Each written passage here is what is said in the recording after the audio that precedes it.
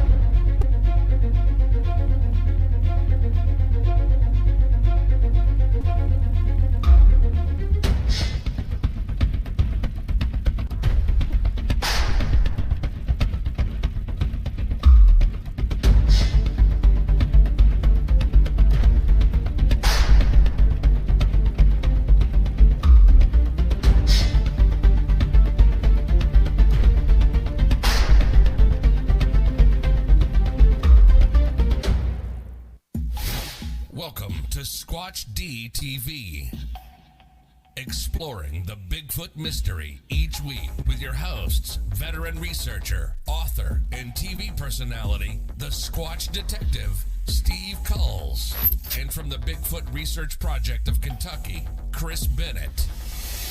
Sit back and buckle up as we bring you guests from around North America discussing the Bigfoot phenomena, but not without a few laughs too. Here are your hosts, Steve and Chris.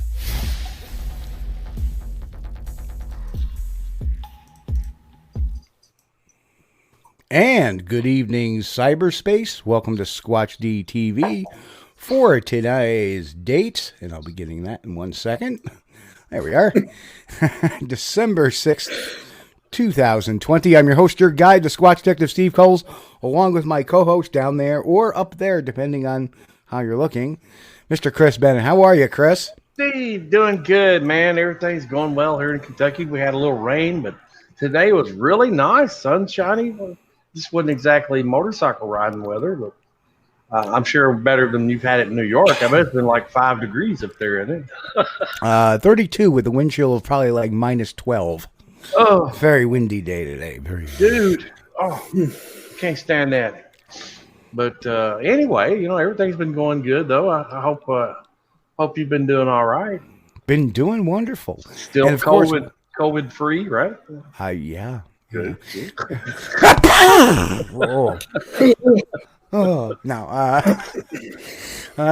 And Sean's covering the mic. And, of course, our guest tonight, the illustrious, the man, a guy who's been podcasting, started his podcast a week after mine, Mr. Sean Forker. I was a week late to the race. I know. Thank you. I know. So let's do the roll call for the chat room. Oh. So we got Tack in there. Hello, hey, Michael. Tack. What's going on, man? OT's back in the house. B is here tonight. Hey, B. Kenny Collins. Hello, Kenny. Ken. Mr. Trick, good to see you, sir. Jimmy. Dave Winter, he is back in with acid flashbacks. Welcome, Dave. Up and now he also snuck in over on his other side. Tack says hello again with his real name. Hello, Mike. we got Timothy. Hello, Timothy. Welcome, sir. Down. Mr. John Swan with another new avatar, whatever you want to call it. Big Bad John. Profile. Welcome. We got Mr. Jack. I do. That's true. It's good Fun stuff. fact. Welcome, Jeff. Great, Stay in here, bud. great picture. Great picture. Yeah, it is. It is. Uh-oh, Charlie Wonton in the house. Oh, And let's see who else here is. We got Bob. Bob, hello. Welcome, Corey, Bob. good to see you, brother. Good to see Corey. you. Mick is in the house, too. oh, there's Diane too. Diane yeah. Crick. She's Diane's probably in related there to Jimmy somewhere. somehow. Everything is running so fast today. Nani in the house. Nani, welcome. Oh, we already said hi to B. Oh, hi again, B. And of course, Suzanne's welcome. in too. See, that's what happens. As the thing scrolls up, I go to hit something and it moves. So Yeah. well, see, I was going to. Pooker, a chipper, and a chopper. That's right. Pooker, chipper. What was it? Chip and Pookie, Pookie and Chip, or A something like pooker, that. chipper, and a chopper. Yeah, there we go. So Sean must be Chopper. I'm the chopper. Fork chop right here. Pookie, Chip, and Chopper. That's right. Pookie. Yeah, well, that was, I don't know how the hell that started. A long That time was several years ago. I think it was Cartwright that started that Pookie stuff. And then one day somebody mixed Chris's name up and called him Chip. Chip. Yeah. So it stuck. Pookie and Chip. Pookie and Chip. That's fine. Just don't call me late for dinner. That's Chip all I Bennett ask. over there. Chip Bennett. Sound like the cast of Chips. Oh, good Lord. Pookie. I know I got a hack. Nobody get me laughing too hard so fast. So Well, anyway, our host is dead, so I'm taking over. no. Goodbye, Steve. We'll miss you. I'm going to miss you. Guess what? I inherit the ratings. Somebody's got to take them. That's it, yeah. There's anyway- so many shows, Steve, though. I mean, who knows where they go anymore? There's so many. Yeah, there are a lot. And I remember back in the day, and this is part of the fun stuff about talking with Sean, because Sean and I, good Lord, we've known each other for years now. Yeah. And we started 15. off a good old American Bigfoot Society. Yes, sir. And remember, Good time. remember we were, and I remember who was the first person we attacked on the American Bigfoot Society? Well, I want to say John Beckyard. Am I wrong? I think it was Carmine. Oh, yeah, it was. Because that was back on when he was trying to get the guys from Ohio, Gilbert and Dallas Gilbert and Wayne Burton. Yep. He was using those poor guys and making fools out of them. Yep. And we kind of busted that on the air. That was a lot of fun. And then, well, we had an illustrious history with Tom Biscardi. You more than me. I mean, Yeah. I was behind the scenes, but you got right up in there, man. I tell you what. And that was some fun times, some fun, dark times. They were dark, but I look back at them with kind of like, wow, we actually pulled a lot of that off as far as getting information on him and stuff like that. It pulled off because, you know, and let's build a little bit of the backstory on that, you know, since we're gonna start at the beginning. Well, you know, I know you were talking about busting, you know, Biscardi on that picture. What happened was he had Dallas come on the show and talk about this doctor looking at this picture, but the doctor had died like 8 months before the picture came out. It wasn't in a Fred Bradshaw picture too. Like it was from like out in the Pacific Northwest. It wasn't even from Ohio. Yeah, I'm not sure. I think it was their picture, to tell you the truth. But I think the Somehow Fred Bradshaw was involved though, because he popped into that by name at some point, and we'd have to ask Henry May that one, because I bet you he could put it all together in like yeah, like, oh no, One Sean, you beautiful see, it happened like no ramen for you, Henry. no, Henry is a human encyclopedia. that He is. is. Yeah. He is. But so anyway, yeah. So I remember, it was Rob McConnell who kind of confronted him about that, and you were helping set that up at the time. Yeah, and actually it led to a whole thing with I think I did like a monthly segment on that show for about a year, maybe. It was a lot of fun. It kind of got us into it, which what started the whole podcasting thing. Blog Talk Radio became and Corey, this actually predated the Blog Talk days by about a year. It was 2005, I think we started really hammering Biscardi. Yeah. And it was before SquatchDetective.com even existed, because that didn't exist until January 1st, 2006. So we were all in talking about this, and I don't know how the hell, somehow I got involved with it, and I started, nailing Biscardi pretty good, and that's when Java Bob, the, God, I gotta say he's, I understand he's not doing well. I heard through the grapevine, and I could be completely wrong, that he's got some dementia problems now. But that's not good. Yeah, and I don't want to I don't want to talk about bad. I have good memories of Bob, and But Jordan Water says, "Hey, Bill Green, gotta love Billy. Oh, Billy Green, yeah." Bill. Dave Groves. Bill Green is still around. Yeah. He is. Yes, and Jay Bachochin just came in the house. And we also got, who was it popped in there? Big Walt's in. Big Walt is in. Yeah. Oh, yeah. So the whole crew is Dwayne. here. Hi, Jay. Yeah. So, it was quite interesting, but somehow I got involved, and they gave me an invite because they were close by, and that's how I kind of got my foot into seeing, their operation. I saw their operation, and was really, it's like an espionage story. It really is. It's like a good old fashioned thriller. It is. And I mean, I go through 50 large every once in a while and go, my God, did that really happen? And one of the funniest stories, and you'd appreciate that, because they ended up wanting to, saying, okay, we'll bring you along as like an evidence guy. We'll contract you to do our evidence work.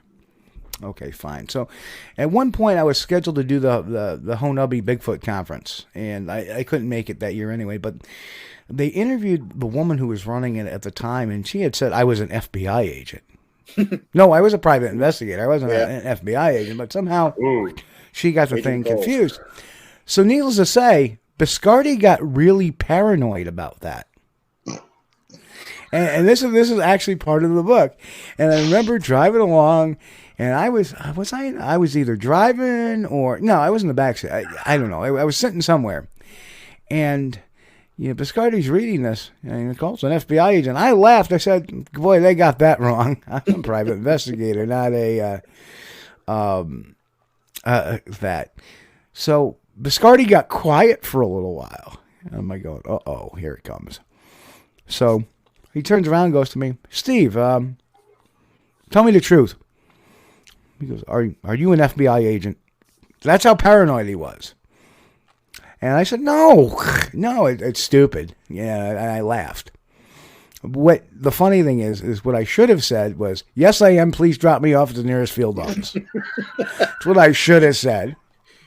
Saved you a couple of years of your life, Yeah, well, but it was a very learned 2 years. I mean, I got to see some incredible. I got to go to some incredible places. I got to see a lot of incredible BS. Now, last week we were talking with Charlie Raymond about the Kentucky ORV, and I had never saw as much cloak and dagger with that Kentucky ORV place in my life. We were being followed. There was people watching us at the hotel. There was this mystery man that came in, and it was just cloak and dagger stuff. You can't make this stuff up. No, and I remember it's like a movie. It's silly because this is Bigfoot, right? Like, this is supposed to be Bigfoot research, and here you are, like, in the middle of a situation that's like more guarded than national secrets. It's insane. And then you fast forward to like 2 years later when Biscardi got in cahoots with Rick Dyer in Matt Whitten. And I go to that safe house in Indiana, and there's people walking around armed to the teeth because they're afraid that with the contents of that trailer was going to get ripped off by the Chinese. I remember you saying, Sean, I am so like, this is unreal. These people, there's so many weapons. That's all I can remember you saying was there are all these people with guns. Yeah, sidearms, automatic weapons, AK-47s. You know. Well, I mean, that's normal around here. What's the big deal? Well, I can tell you the better. Let me give you a visual here, okay? Steve's in a situation, doesn't know how he's going to get out. So we start planning a half-ass rescue mission, like some sort of obese version of the A-Team. We're going to cram 4 fat guys into a truck, and we're going to go haul ass in a van down to Muncie, Indiana, to save Steve Kulls. There's Indy. God bless Indy and Billy Willard and yeah, John Cartwright. John Cartwright. Well, we all would have ate well. We would. I tell you what, somebody would have been hurting, especially if we didn't stop to eat. We should have went and starved. We would have won that battle wholeheartedly. That was something else about that 2 years you spent on the road too, Steve. You had a lot of Chinese food, as I recall. I don't even remember. Well, I remember I said something about when you guys were stopped at the house in Kentucky. I said, "Hey, man, you guys want to go eat some Chinese? It's on me because we got a real good place in Munfordville." And you were like, "Oh man, every time we stop somewhere, I had to eat Chinese. I don't want to." Yeah. Oh, it was somebody on the team that was really fond of Chinese. That's what it was. I think it was me, but I tapped at that point. I'm done. Yeah, but it was some interesting times, and was everything played on on anybody's end perfectly? No, but it was always played honestly, and that's why I can sleep at night. It was. Hey, I tell you what, when this information started coming out, though, like everybody became scrutinized. It became Eric Altman and I, all of a sudden, we're part of this conspiracy. I'm providing my phone records to our friend Paul Vella, who's, another gent who's no longer with us, sadly. But it was something else. Chris, you wouldn't believe it. It was one of the most insane chapters of my life, all because I chose to pick up a hobby. Yeah, who'd have thought? The interesting thing about that too was, Paul came down on all of us pretty hard. Yeah. Me especially, but he turned around and apologized. I don't know if you ever knew that. No, I did know. And yeah, I mean, after he got my phone records, he went to bat for me. He's like, "Hey, listen, this, he's telling the truth. Like, he gave me the proof."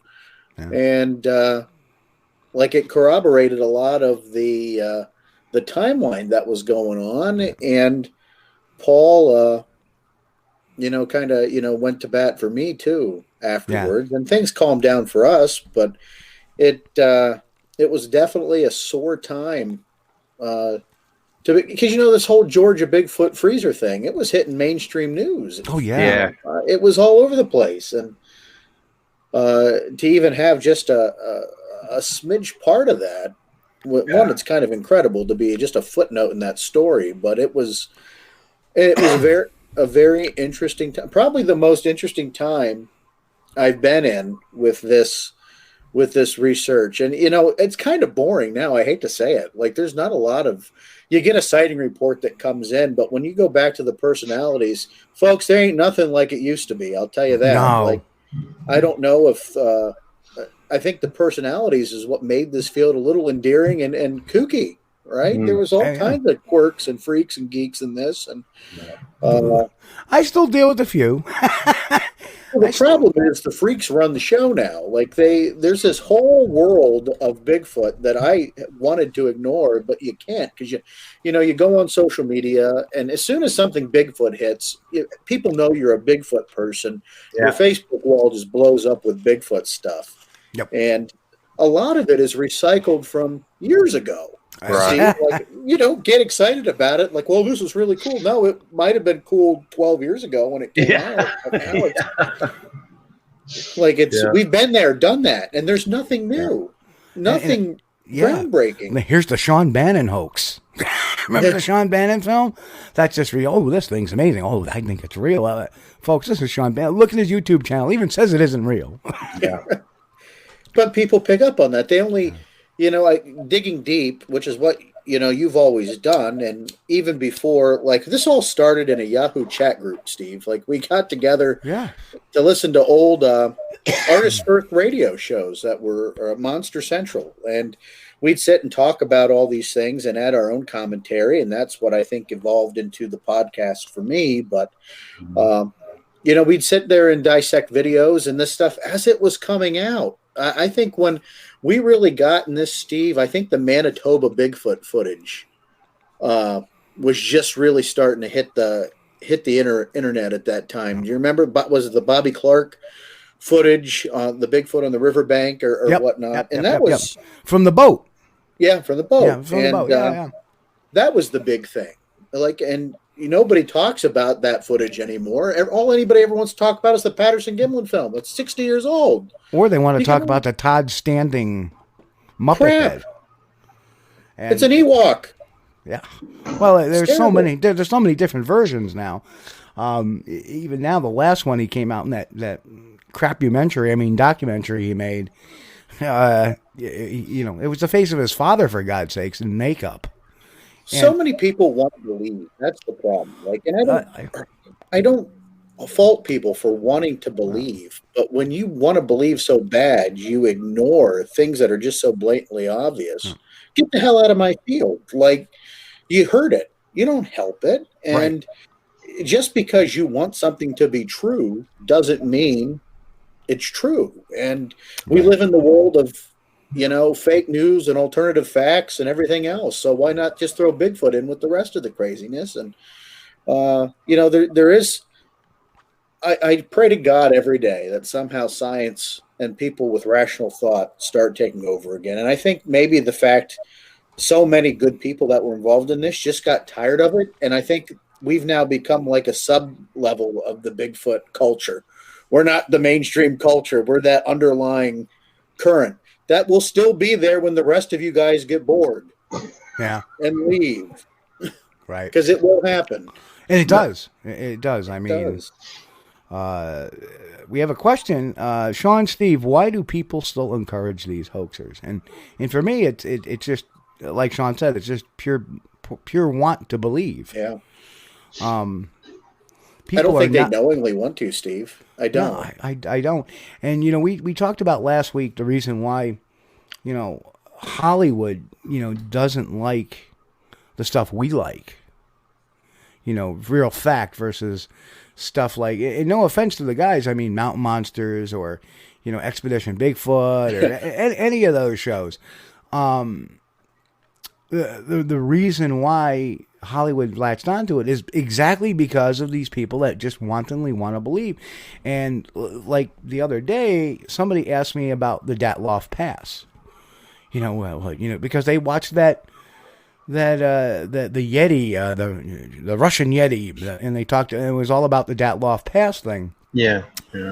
And the sad thing about it is that there's no fact in it at all. Yeah, entertainment. It's just pure entertainment. In fact, the researcher on it wasn't even a real researcher. He was an actor. So, but people just want to believe that stuff. And it's really, here, okay, we're going to laugh. We have another question in the chat. And this is what I love about this format is because the questions just come banging out. And our listeners are kick-ass smart, too. I like these guys. So, Quickwitty has a question, and I'm going to ask this in a second.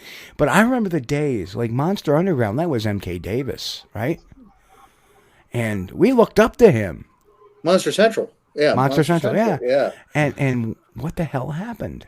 So, the question is, do you believe in the Patterson Massacre theory? And I hell no. Yeah, exactly. No. Hell no. No. And I think we can. Todd Prescott, good friend of mine, he doesn't do radio. That's not his thing. And I've asked him to come on the show. Yeah, me too. Yeah. And I respect that. He's put so much work and effort into bringing in some of these old interviews and some of these old film footages and getting them onto YouTube. And I don't know. It does no service to anybody by making this stuff up, and that's all it is. It's fantasy from M.K. Davis, and we used to, like you said, Steve, we used to look up to M.K. Davis.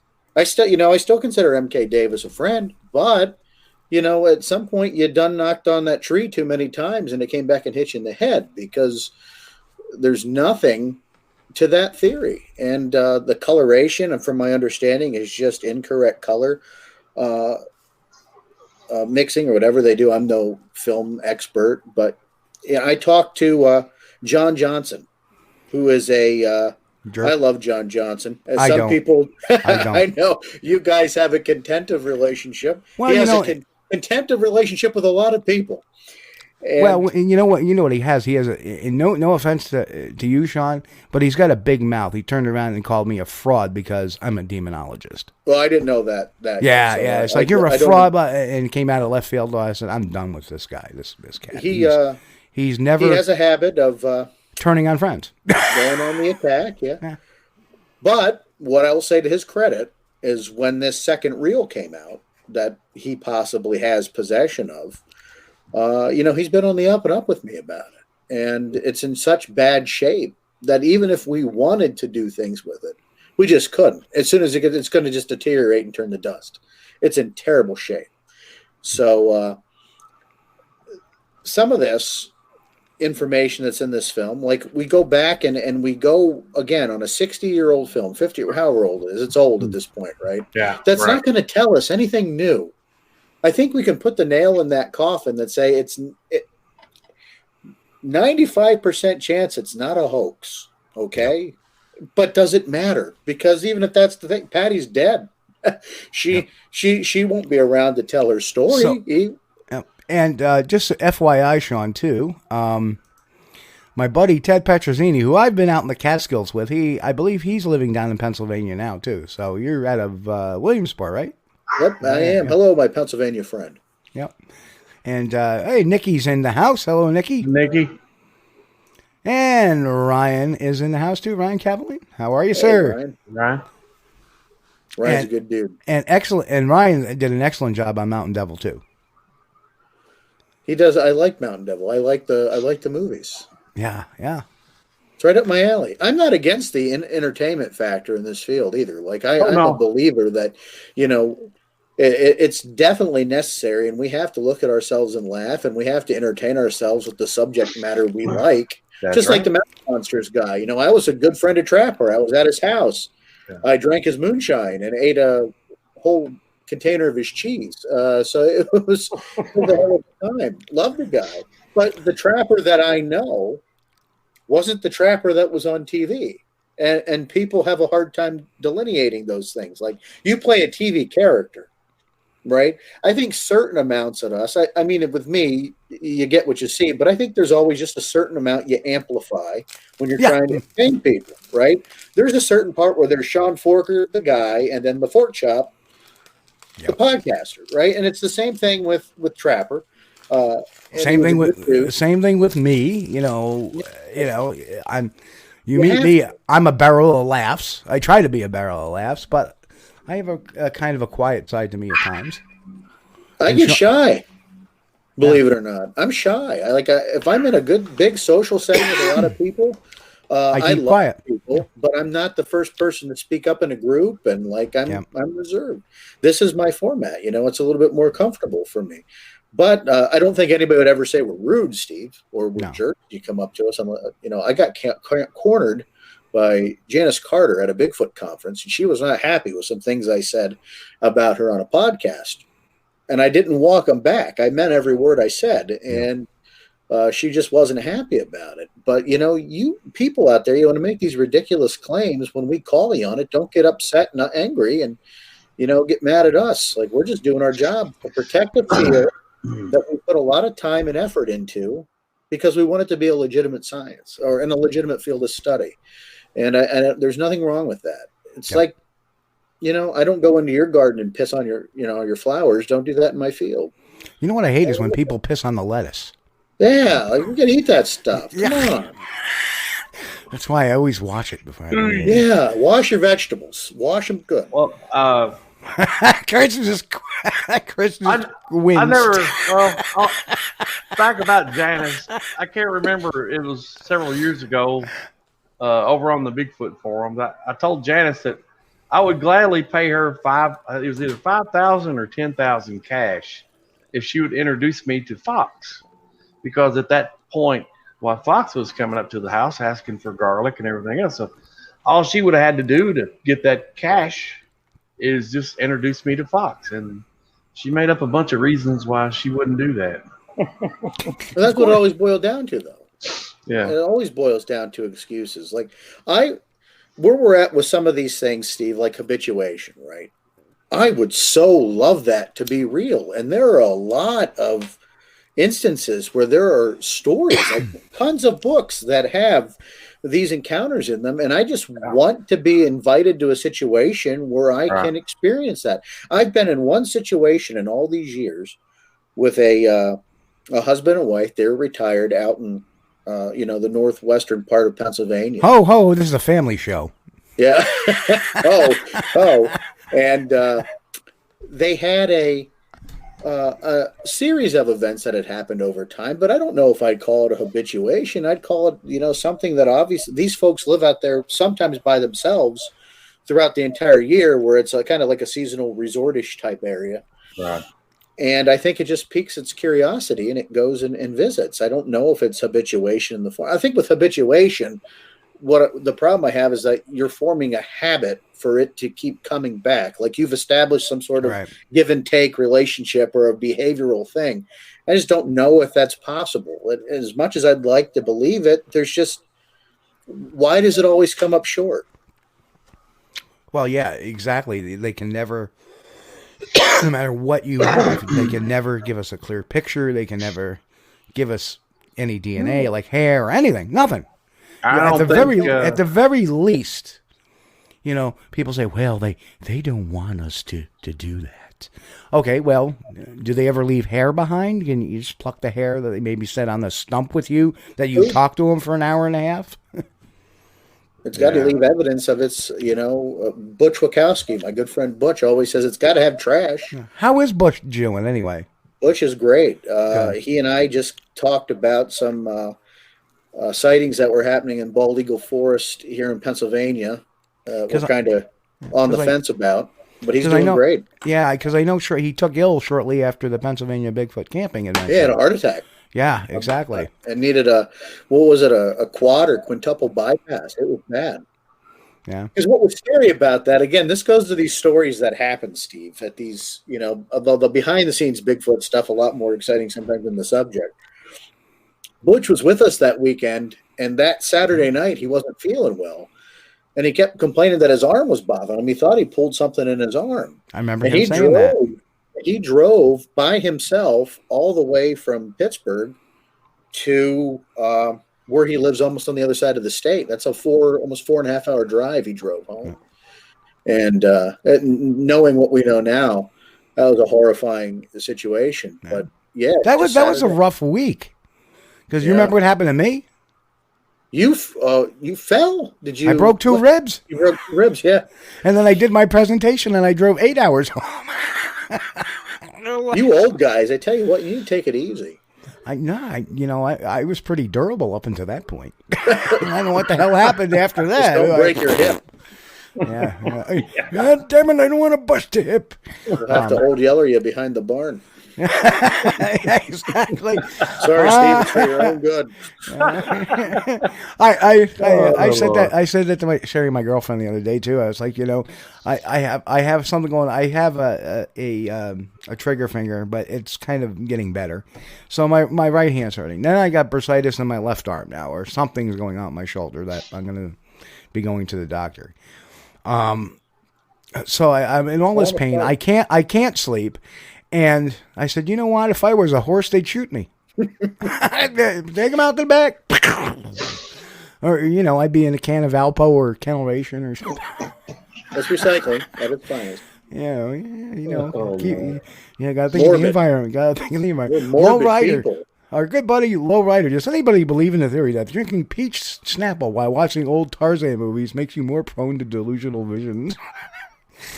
That's a good one. I don't know. I'll have to try it out. Miriam, welcome to the show. Haven't seen before. So welcome to Squatch-D TV. I hope you subscribe and keep visiting us. Didn't Bob Gimlin take Roger's wife and her brother to court? Does he now get some proceeds that he, when we get money, maybe? I don't know. I don't know either. I'm not.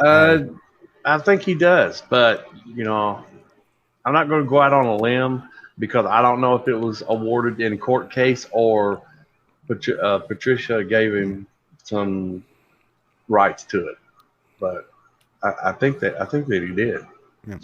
Oh, and Ted said he's on the PA-Ohio border, possible sighting in the area. That's okay, why. cool. I got some friends out that way. The Kings, Jamie and Jenny King, live right there on that PA-Ohio border. Yeah, reach out to Sean on Facebook. You'll probably be able to. Like I said, Sean and I go way back, even before you and me met, Ted. Let's see I think there's an interview somewhere that Bob did where he said something about that he was getting a small, tiny part of that video now. I think Bob's doing fine now, even if he didn't get a proceed of the video. He's on the conference circuit. They're taking care of him, I tell you. Yeah. He might have done better than Patterson did on this whole thing. Honestly, at the end of the day, I think he's all right. Yeah. I don't care what Wapner said in the court decision. He's doing okay. That was the thing, though. Back in the day, Roger Patterson had some big shoes to fill because he would have to book these places and show the film and then do the little talk, the presentation, and now do everything online. Seems like, but he had a lot of work to do. You're right, Chris. That's a lot of legwork. So I don't know. Can you fault him? I wasn't there. I don't know the arrangement. Samuel was just talking about Les Stroud, one of the best researchers we have in the community. And truthfully, Les Stroud is not in the Bigfoot community. That's a big misconception. If you ever get him from what I've heard, get him on a personal level, what he thought about some of Todd's stuff, he's kind of really cool he's kind of cool to it, I should say. He's not, and he's had a couple of experiences too. So that's what got him into this. His shows though are excellent, and I'm glad he's covering I'm glad he's covering the topic. Sans Todd Standing. Entertaining, and just like Sean was saying a while ago, if you're a Bigfoot enthusiast, you're going to enjoy stuff about Bigfoot, and some of the stuff is pretty good. Some of it has been real stinkers, but I'll watch them. You know what happens though, Sean, and we have seen this time and time again, and this is the most disconcerting thing. It's like the people that want to be true believers, we have, we have these guys like us. We've been around for years who took a more analytical approach than everything's Bigfoot. If we remember, in that mix to that whole Dyer thing in 2012 was the Facebook Find Bigfoot guys, where everything was Bigfoot. They looked at the Sean Bennett video. Oh, that's a Bigfoot. They looked at, all these things that we've proven over the years. Oh, that's a Bigfoot. And this is the reason why. It was not based on science at all. It was all based on opinion. On want and desire. Right. Yeah. And what ends up happening, oh no, tell me it ain't so. Tell me it ain't so. Just shoot me in the head. Yeah. Why does Canadian go with the bad Canadians? Why can't he hook up with Justin Sherpensky? Or Jay? Why can't he hook up with Justin Sherpensky? Yeah. So I don't know. Yeah. That's sad. If that's true, that's sad because that guy has come on the scene. Not to badmouth. I mean, I don't mean to get in the pulpit and sound so negative and badmouth people, but there's another guy that's come on the scene, and he's the one who started badmouthing. I was well enough to leave him alone, but when he starts badmouthing people like Bob Gimlin and Jeff Meldrum and people that I know personally and subscribes to the massacre theory and Bigfoot's more than what you think and how do you do that as a rational thinking human being? How do you remotely think any of those things are realistic things? Wait a minute. Hold on. He said, yep, saw How to Hunt vaguely talking about it. Okay, so Here's the way to prove whether or not he's full of crap or not. He's talking about it. Let's see if it actually happens. My guess is no. Just saying. Maybe, maybe not. We'll see. Well, Steve, I'm not on Facebook that often, but I do have the account, and I did go to the Bigfoot what was it? The Bigfoot video guys. Facebook Find Bigfoot. That's it. Yeah. And I watched some of those videos, and some of the analysis they were doing, they were like showing a video, and there was this is a Bigfoot because the bottom of its feet are white. And I'm like, how the hell do they know that? That doesn't make any sense to me. Maybe they are, but yeah, it's stuff like that this proves it. Okay, well, it could prove he was wearing Converse. Yeah, it's so true. And like I said, I don't mean to roll negative. Yeah, but we Sean and I and Chris, we're all cut from the same cloth, and that's why you and I, Sean, get along so well. We have this irreverence. We can have fun. We can be self-effacing at times. Yeah, we have to. We it's serious, but it's also not serious too. We can also have fun with it, and that in the early days of podcasting is what kind of molded us, I think, a bit, that we were able to kind of have some laughs about it. Like, good friends along the way, right? Yeah. Like, we owe it to our friends that, and I say that because we come up on a couple anniversaries of some friends passing, Bill Dranginis, and as we said, Indy, Steve Pickett, we owe it to them to kind of keep their spirit going with this. Yeah. Like, they wouldn't have believed in any of this nonsense either. And they would have done far more for this research than any of these newcomers have. Yeah. So if I'm a little defensive about it, remember, it's not just, we're not protecting it for us. We're protecting it for people that actually had skin in the game and put forth a lot more than I'll ever be able to contribute. Now, I one of my favorite, and I have it somewhere. I'm gonna get when I get some time, I'm gonna put together a couple of compilation videos. One of them, one of them is Eric Beckford. Oh. But the other one was Indy. And do you remember the Mr. Mike saga at all? It was, it made a lot, no. Bob Lemley asked, if Bigfoot farts in the woods, does it stink? Only if somebody's there to smell it. Probably would, yeah. I don't know. So, Mr. Mike saga, God, this I don't even know. I can't even place the time necessarily. Maybe 2011, 2010. It's been a while. Yeah, it's been a while. And I remember this older guy who was taking care of his elderly sister. Now, this guy was old himself. Was taking care of his elderly sister, and he came up with that he's got these Bigfoot on his property. And we're listening to this guy, Lamb Lamphere, who ended up no longer on the air and has his own little controversies behind him as well. But this guy's talking about seeing them and the baby climbing the tree and the mother and every once in a while. And we're listening to this, and I'm going, this ain't right. There's some things. And he talked about, he made a comment, the old guy, saying, and this is what killed it for all of us. He talked about the baby climbing a telephone pole. And then later on he was talking about it too. And the mother's trying to get the baby down. And, I think she was afraid it was going to snap into some of the branches. The guy in making up the story had forgotten it was a telephone pole and turned it into a tree in his own mind. Yeah. And I remember Indy's comment to that. Because we did an analysis show. I remember it was me, Chris, I think it was Indy. I think Craig Woolheater was on the show. Another one of our good friends. We should get on the show sometime. Yep. And I remember Indy going, Steve, now where I come from, telephone poles don't have branches. Yeah. And, it was just so funny. So Steve and I used to be a big listener on Sasquatch Experience on Blog Talk too, and sometimes he'd come at me really hard, man. Like Steve was not someone to shy away with his opinion, and I remember he and I were getting into a back and forth, and Steve was a big guy, And I just had enough. And you know how I get when I get pissed, Steve. I just start throwing it. And I'm like, you get out there in the woods a lot, Indy, do you? You and your all-terrain rascal? And he just stopped. He called me. He goes, I like you. And that was the start of our friendship. Like that, me insulting him was the start of our friendship. And like I grew to love that guy. And it was, a lot of Land Fear. It's funny you mentioned that name. Eric Altman and I's podcast was hosted on one of the networks he was affiliated with for some time. So no stranger to him either. It's weird. All these names that just kind of circulate and come together and orbit. But you know what? Now let me tell you a story about Sean.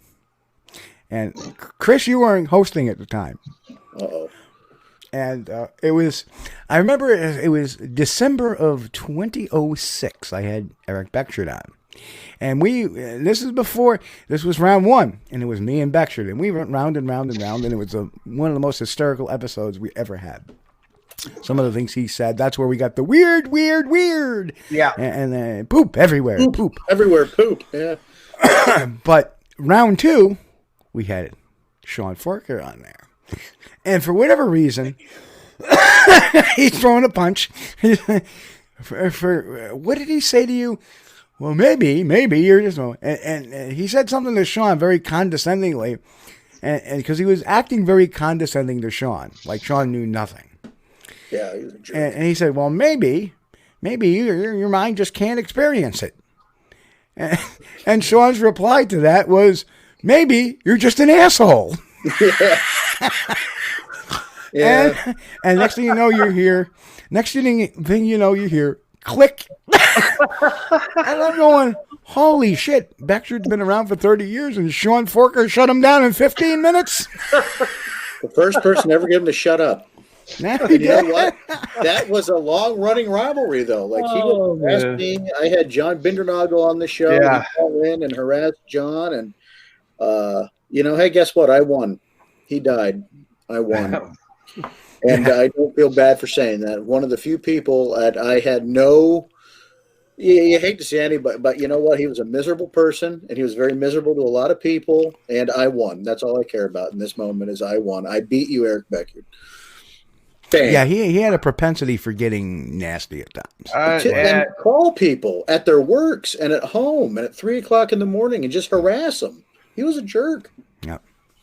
To be kind, he was way out there. Yeah. That's kind. That's kind. He was. I actually remember I tried to say something nice about him, and Lauren Coleman called me out, and he goes, don't say anything nice about this guy. He is a miserable.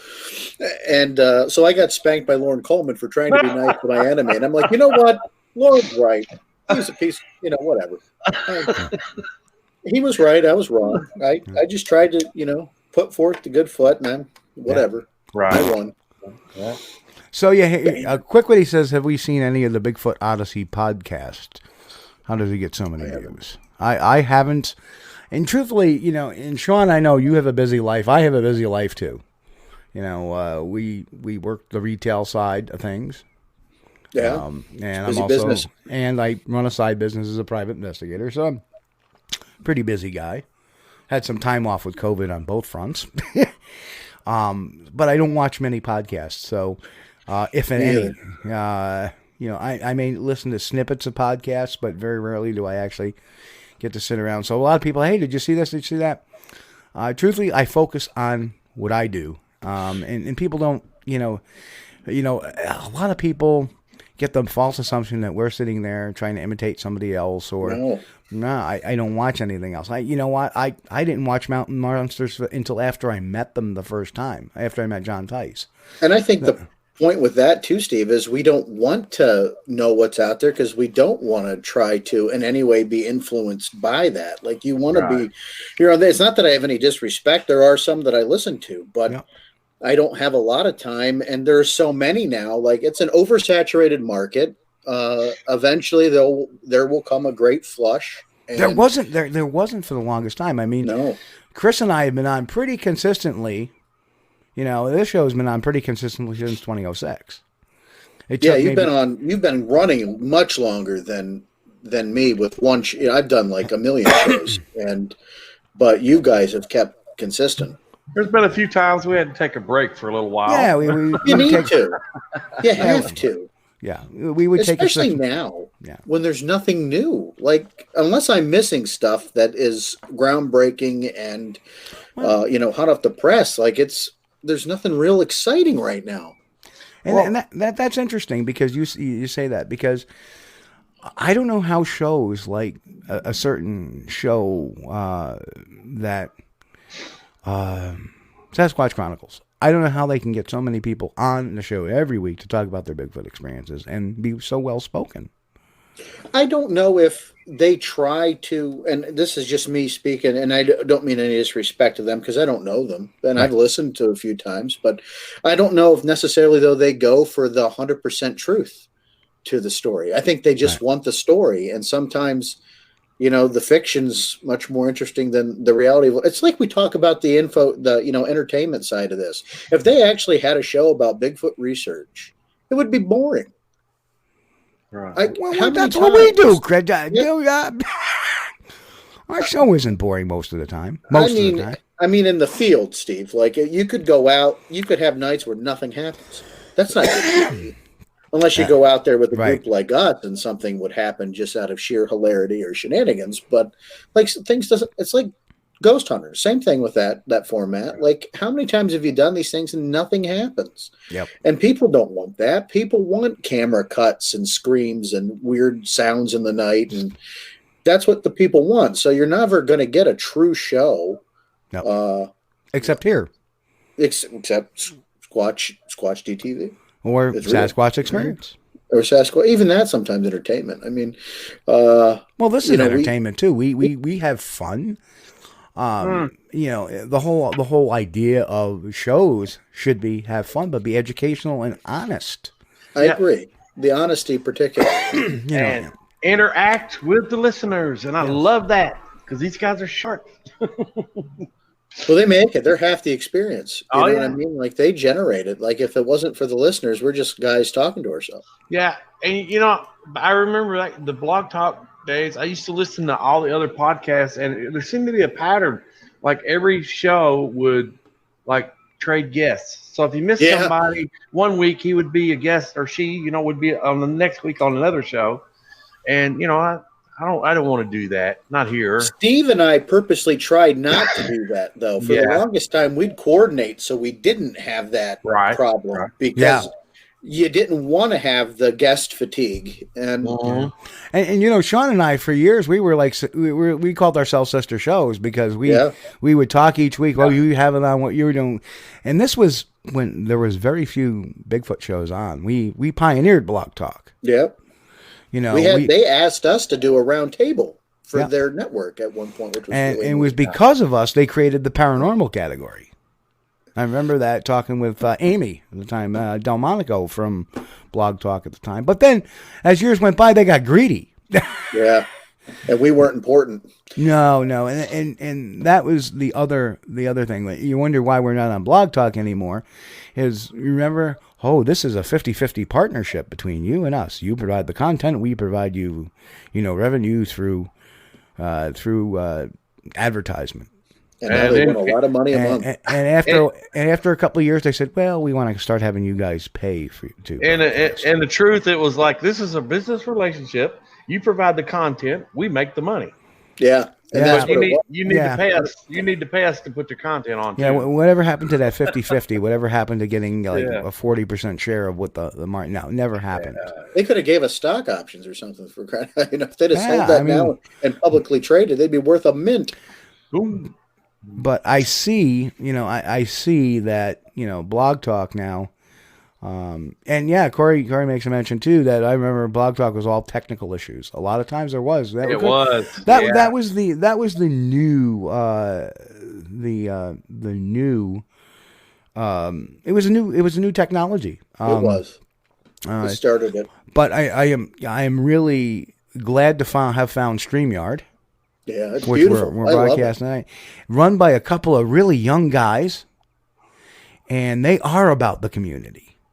I mean, right now on the StreamYard, unfortunately, they run their podcast about the network and talk to their hosts, their other hosts, live on the network, take questions from the hosts, tell them what's going on, and every week, every few months, you'll get this major improvement. They've improved the sound quality. That's why we're not getting the cutouts on the music.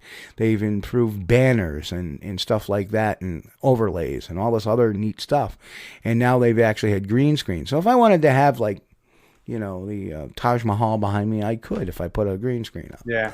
One of the things I like is that if you are a guest and you don't have a microphone, it cuts the audio out so you don't get that reverb through the system. I think that's phenomenal. It's a simple thing, but it means all the world in the difference, especially if you have those guests that don't follow email instructions.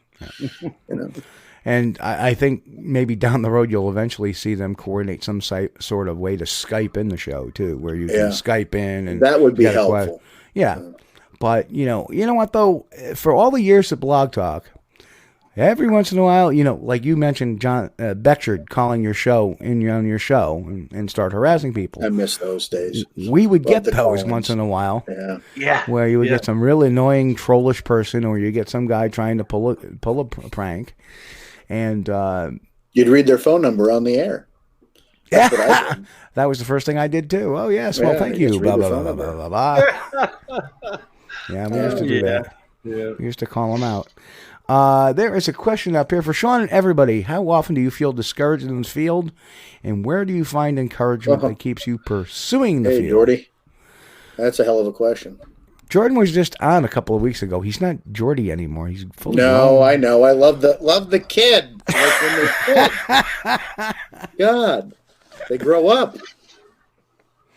And I'm still a kid, but they grow up, for crying out loud. I know he's not Jordy. I feel bad when I call him that. Now, I'm sorry, Jordan. But at some point, Sean, as a parent, you got to be feeling pretty good. They're starting to grow up. My daughter just got accepted to college. Well, that's one less mouth to feed. Yeah, during school year, anyway. Not 2020. No. Yeah. But I got two getting ready to finish high school, and I got one that's just the parentage, I think, is what's put more of a dent in the Bigfooting time. And I haven't found one of my children yet that have wanted to take up the mantle. My son's actually interviewing me for an episode of Sasquatch Experience. He wanted to try his hand at the broadcasting side of it. So he's going to interview dear old Dad. And I'm anxious to see how what kind of questions he hits me with. So that'll be fun. But yeah, it does get discouraging. It really does. And there are many times I've wanted to pack up and let it go. And I'd actually, a few months ago, was like, you know what, maybe I ought to retire from the field and just, go bowling or something. I don't know. But then somewhere along the line, you get that fire in your chest, that thump, like this field needs me still. And you just want to stick around and go at it. Like I guess what's really discouraged me is to see so many people lead towards the romanticism and away from the science. And you can bridge the two. Sure. There can be a bridge, right? You just got to learn how to do it. But that doesn't seem what people want right now. I kind of have learned to do it. And it's very interesting that my take is a lot of this stuff that they're quoting as like mind speak or blinking out or seeing orbs is caused by infrasound. And we have postulated that infrasound could do some serious stuff for a long time, Steve. Yeah. I mean, we've been talking about that for over a decade now, right? Now, Jordy asked a great question, and I'm going to answer that on mine. This is something I've never told anybody before. And so buckle down to this one. So here it is. Oh, God, I got to say it was 2008, right after the infamous Georgia thing. And it was in November. And at that time, you remember, I wasn't talking to anybody. I just kind of shut down. I know Melissa Hovey wanted me on, the Gray Area show. And I said, no, I'm not. I just don't feel like talking. I really consider just disappearing from the field.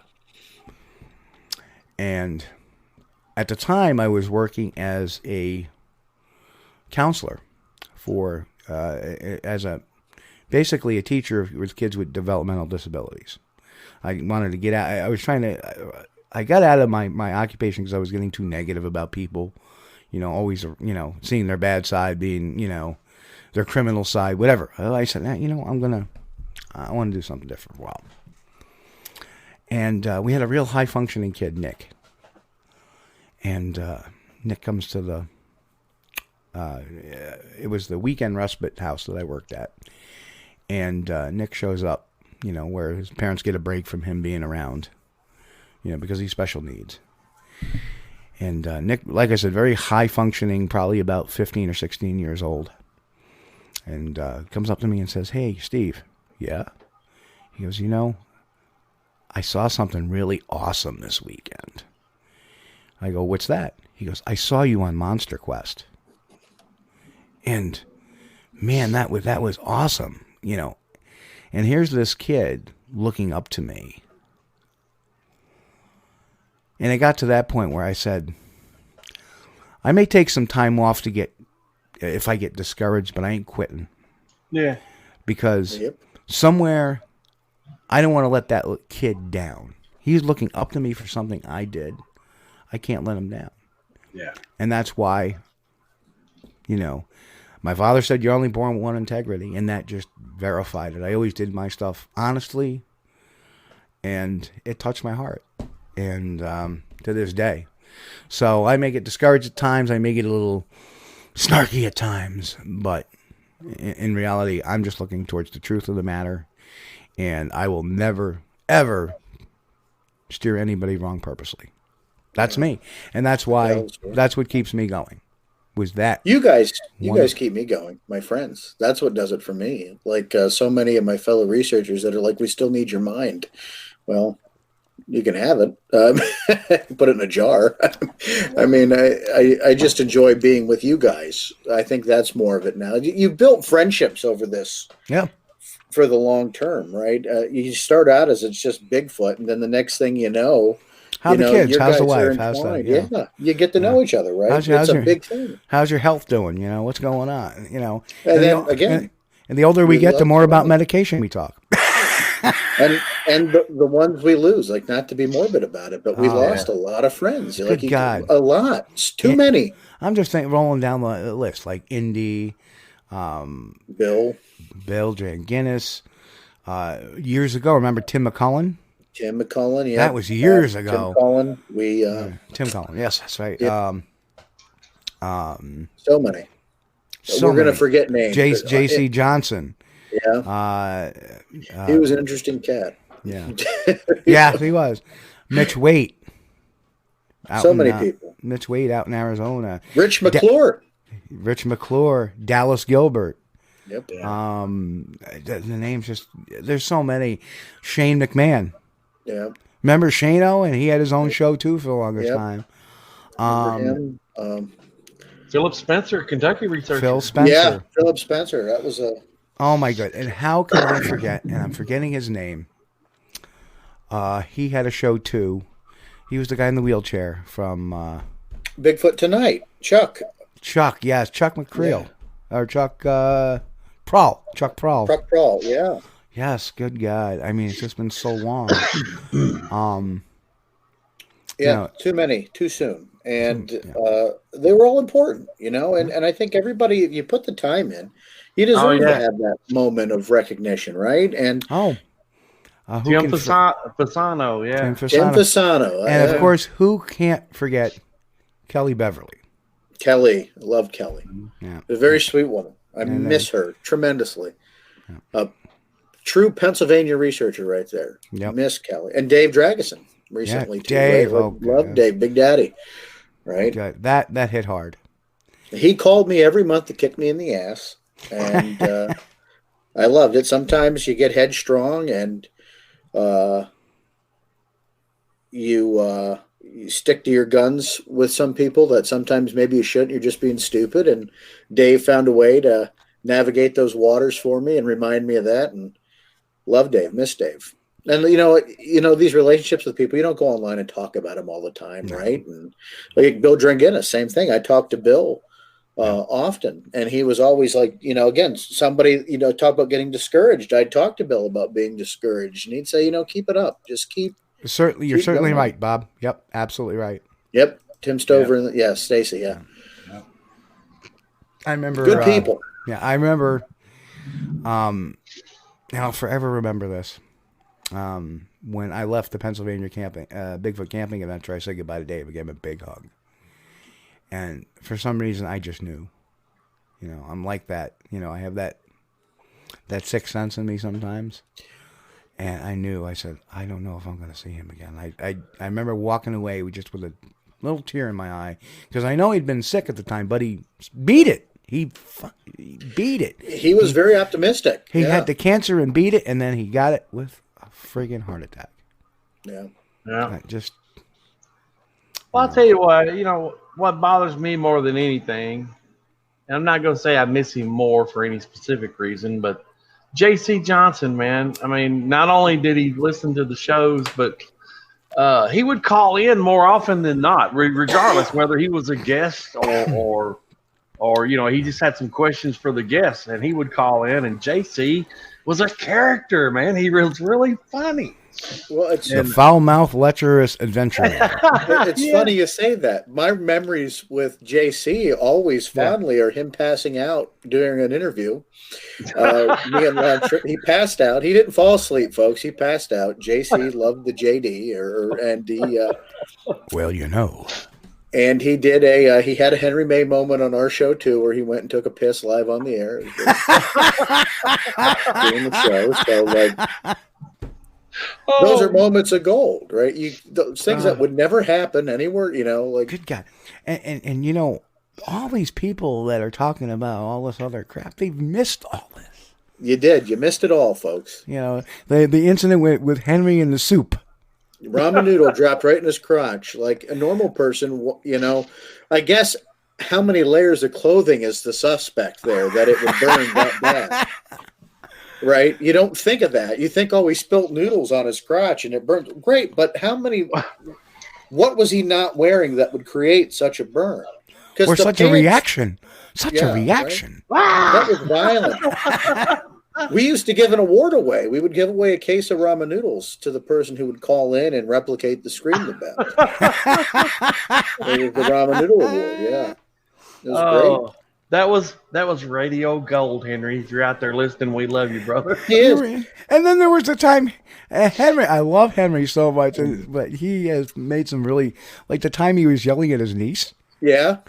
Are you beating that child, Henry? That could have been a call to CYS right there. Or the time, again, we were interviewing Melissa Hovey, and there's Henry's urine stream, not thinking that, not only are we interviewing somebody, we're interviewing a lady, and you're just, whizzing on the air, whatever. But those are the things you rolled with, right? So many things, and it was all part of the fun of it, right? Now we can go back and say we've got 15 years, 16 years of podcasting memories that are, just coincide with our favorite subject. And I'm writing a book. It's going to take me 10 years to probably do it, but I'm finally writing one. And if I sell a copy, great. If not, I just want to do it to do it. And many things, Steve, that we don't ever talk about that make great material, right? I wrote a book in February. I was all ready to hit the road with it, in my lecture circuit with it, and COVID hit. Yeah, COVID. So it's terrible.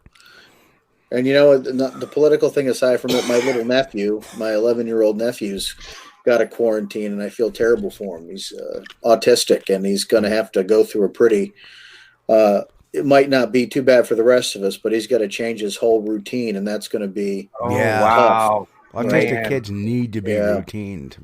They do, and it's going to be hard for them. So Uncle Sean's just a face call away, though. So Uncle Forky.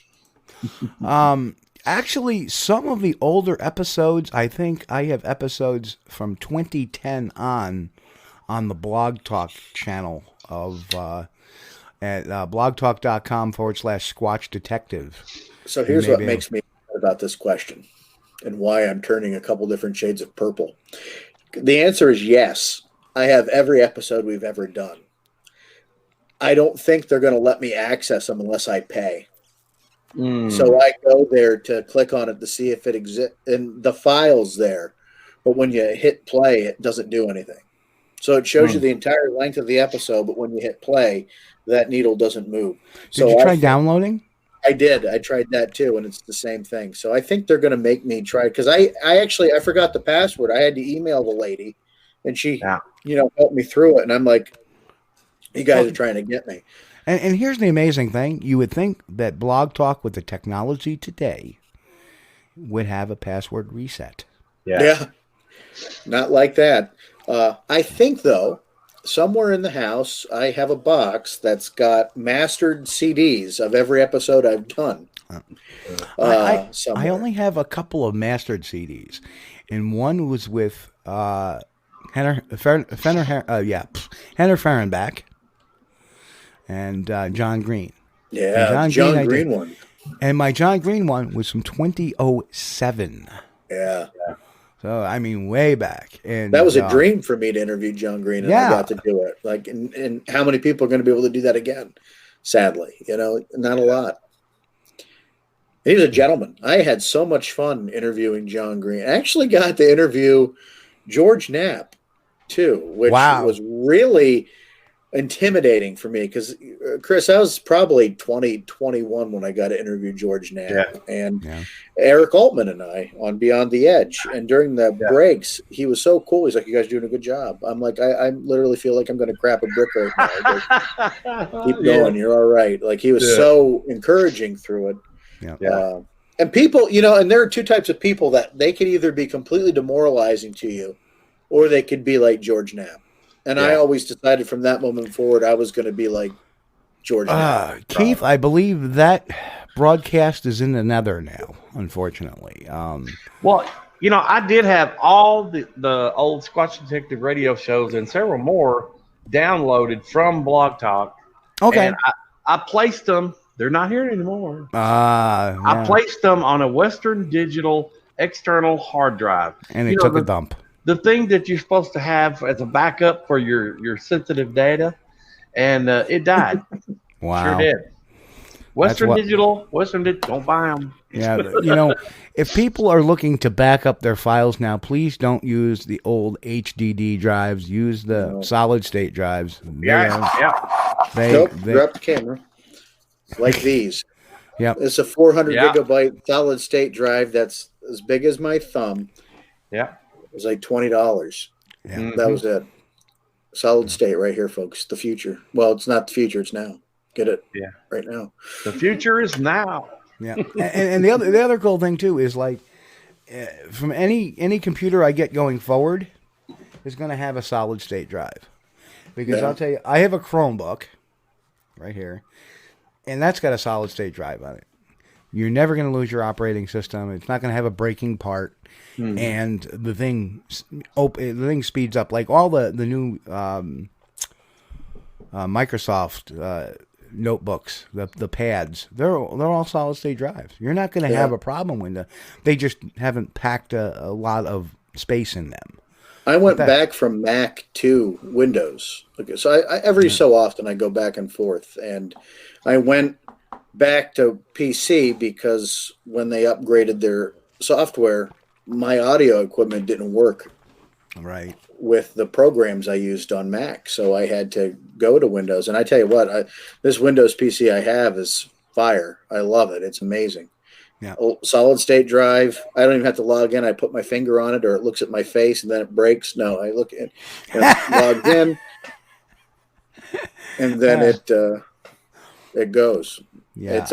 Technology is important, dude. Look at this thing. I'll show this to you quick. This is a Sonos portable audio speaker, right? This thing will adapt to the environment it's in. I can't wait to get this puppy out to the field to call blast with it. Yeah. It's got a 10-hour battery, and it's amazing. And it's Sonos. It's a little pricey, about $399. But I think we're on QVC. But it's amazing. Oh, that is sacrilege. I know where you work, Forker. I know. That is sacrilege. You can buy it there for the good price, and we'll be there to help you with it. like all this technology will be there to help you with your needs. But I love Sonos, and it's expensive, but it's worth it. It really is. And OT, that was a Western Digital 1 terabyte drive. I don't know what the model number was, but I did attempt to fix it. I do like electronic repairs, some stuff now. I'm not a genius, but I can do some electronic repairs. And I put a new board on it, and it turned out it was the drive motor. And I'd have to take the disc out. And I'm not that good. You may be. I'm not. You could send it to someone that can do data recovery, and it's going to cost you a lot of money. That's not a cheap job. Yeah. I had a guy pay it, though. He needed $2,000 to pay for family photos he was going to lose. It was either going to be pay for the photos or lose his life because his wife was going to kill him. Yeah. See, I like a lot of photos, like the personal stuff. And this is I know we're kind of getting off the Bigfoot topic, but I have them. Not only do I have them on 2 separate hard drives, I have them on my laptop, and I also have them uploaded to the web. Yeah. So, and I Cloud periodically do that. Send it to the cloud. Right. It'll be there. Send it to the Google Cloud, or, if you have the iCloud, if you're a Mac user, or send it to, And people get all worried about that, though, Steve. And you know what? Don't put anything up there you wouldn't want your grandmother to see. That's the rule of thumb. Yeah, that's it. My grandmother wants to see nude photos of me. Well, she's weird and whatever, right? But it is what it is. I remember years ago doing the deep dive in 2012 on Mr. Dyer, and somewhere on one of his photo bucket pages, which uploaded every single photo on his phone, there was a picture of him in his tighty whities. The internet's a great place. The things you can't unfriggin' see. That's the truth. It took me many years of therapy. You've never had James Baker on the show with me, have you, Steve? No, my partner in crime. we got to get Baker on. I love Bake. He's a good dude, and he's funny, and more skeptical more now than ever, I think. And I don't know why, but anytime I get to go to the woods with him, or we go out in an investigation. We were on an investigation one time, and this guy is showing us his photograph. And we're all listening to him intently, looking at this photograph, and he's got all these things circled. And, Baker's the only one that looks at him and goes, "Hey, this is all good and dandy, but do you have the original anywhere?" So the guy goes, "Oh, I got it in my truck." He goes in, grabs it from his truck, and clearly it's a picture he took out of his grandmother's bay window into her garden. But he had it blown up so much, like he's just circling all these artifacts and everything. Right. It's just one simple question that none of us thought to ask is, do you have the original with you? And it just saved us all a whole bunch of time. That's the same day he jumped out of that guy's moving vehicle when it was going up the side of the mountain. That was another great story. Just jumps right out of the side of you left me in here with Jason Voorhees. Like it was a hell of a day. Well, Big just G jumped right out. So one of our former temporary co-hosts, Big G, he went out on this guy who said he was having all these experiences, and the guy's like showing me all these pictures. Well, they're only 3 foot. It's only a few feet off the ground, and I'm looking at him, and there's Big G flipping through the pictures, and the guy's like, "Oh yeah, there it is on my roof," and it was a leaf, and Big G without blinking turns to me and goes, "Hey Steve, look at this. It's a Bigfoot on his roof. Look at that. Isn't that amazing?" I just playing up to that. I'm like,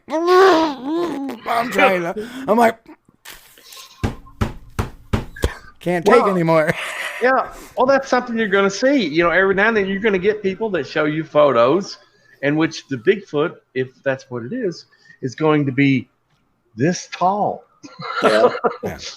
And that's, I'm not, I'm going to say that's impossible. Microfoot. But they might truly believe this. Well, that's the thing, right? You just don't know, Chris. And you don't. Right. What harm do you do somebody to sometimes by shattering that world for them? Like if they're that deep into it, obviously there's some other things going on. Quick witty. I have no idea about the Howie photo. I don't know. I don't know. Never seen it. I saw a video where it was like took at night, and it comes from behind a tree or something. It looks like a dude in a suit to me. Is that what you're talking about? The video? I don't know. Yowie.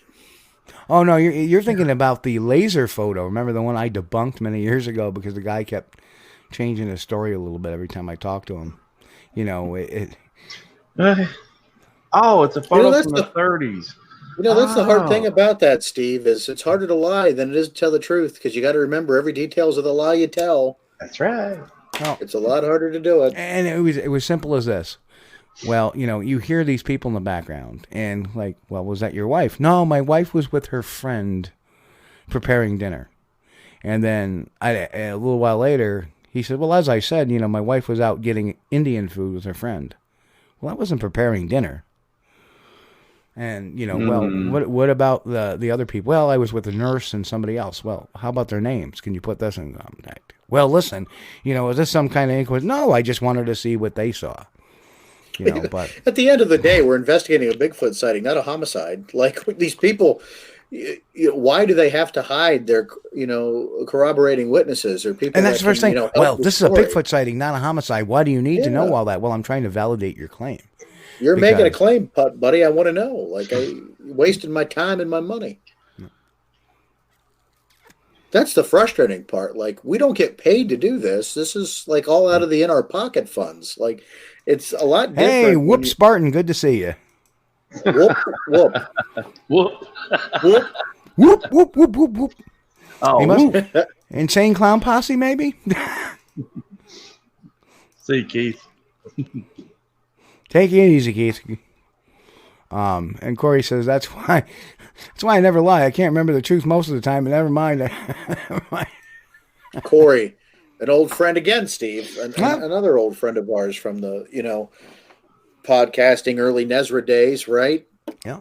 I miss a lot of those guys. Mike Killen and Bob Coyne, who I'm still searching for. If anybody's got information on Bob Coyne. Well, yeah. What happened to Bob? I haven't heard him in years. I don't know. I feel like we should put one of those missing things up where that nice, handsome picture of me is there and Cliff Barrickman's shoulder. And put like any information on Bob Coyne, please call the you know, Unsolved Mysteries hotline number there. You know, he doesn't owe me money. I'm just looking for him. I miss the guy. That's all. I think Quick Witty is talking about that old Bigfoot photo where they've got him. The hunters have got one hanging upside down. It's old black and white photo. Oh, what that's a bear. It was a bear, and somebody like kind of played with it in Photoshop. I think that's what that is, Quick Witty. If that's the one you're talking about, I think that's the only one I can think of that would have been from that time period. You know, it's kind of like the Civil War soldiers with the pterodactyl. It's just Photoshop. That's all it is. Just the Photoshop. Oh no, that's not it. Okay. Well, I don't know. I don't know them. Yeah, I don't know them. Rearranging my camera angles here, trying to hide some of my chin. It's plural. Chin's plural. Chinese phone book? It happens. You get older, you know, that you start to melt. Well, yeah, when I was a little more weighty, I had one, but I ended up, you know, it's kind of funny. Everybody knows Jason Hawes from Ghost Hunters, right? Ghost Hunters, yeah. And so I ran into him down in Kentucky. We were talking, and I've talked to him on a couple of different occasions. And he's like, you know, I go, Jason, you look good. You lost a lot of weight. He goes, yeah, I've been working out, doing stuff too. He goes, you look like you lost some weight too. Yeah, how you doing it? Diabetes. He just started the same thing.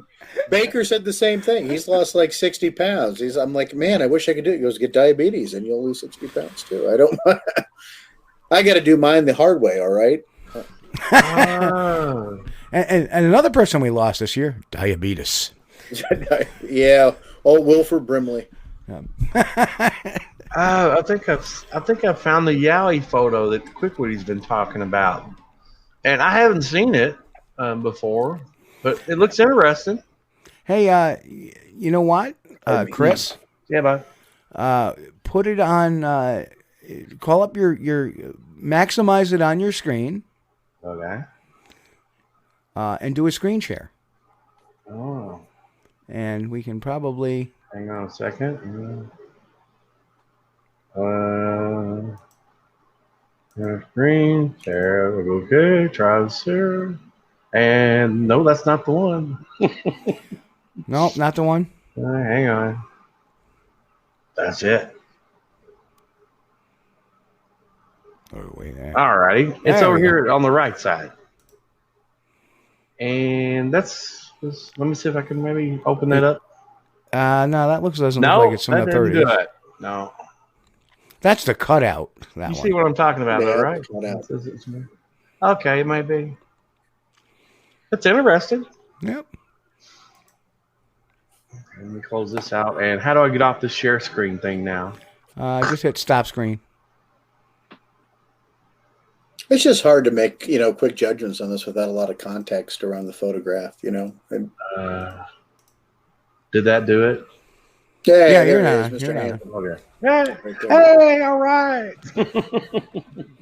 And that picture was taken like circa 1940 something. Yeah, I don't know what the date was. I don't think that was the 30s. No, not you. I was talking to Sean. His picture I got on the program. Oh, It's like 1940s.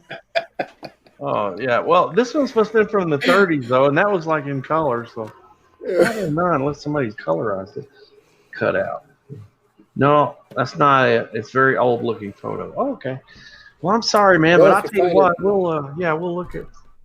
Post it, and if you find it, post it. We'll take a look at it and tell you what we think.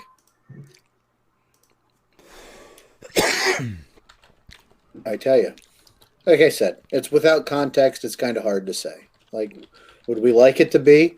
Yeah. Oh, why not? I'd love to see just a great photograph of a Bigfoot. It's not happened yet, but I'd like to.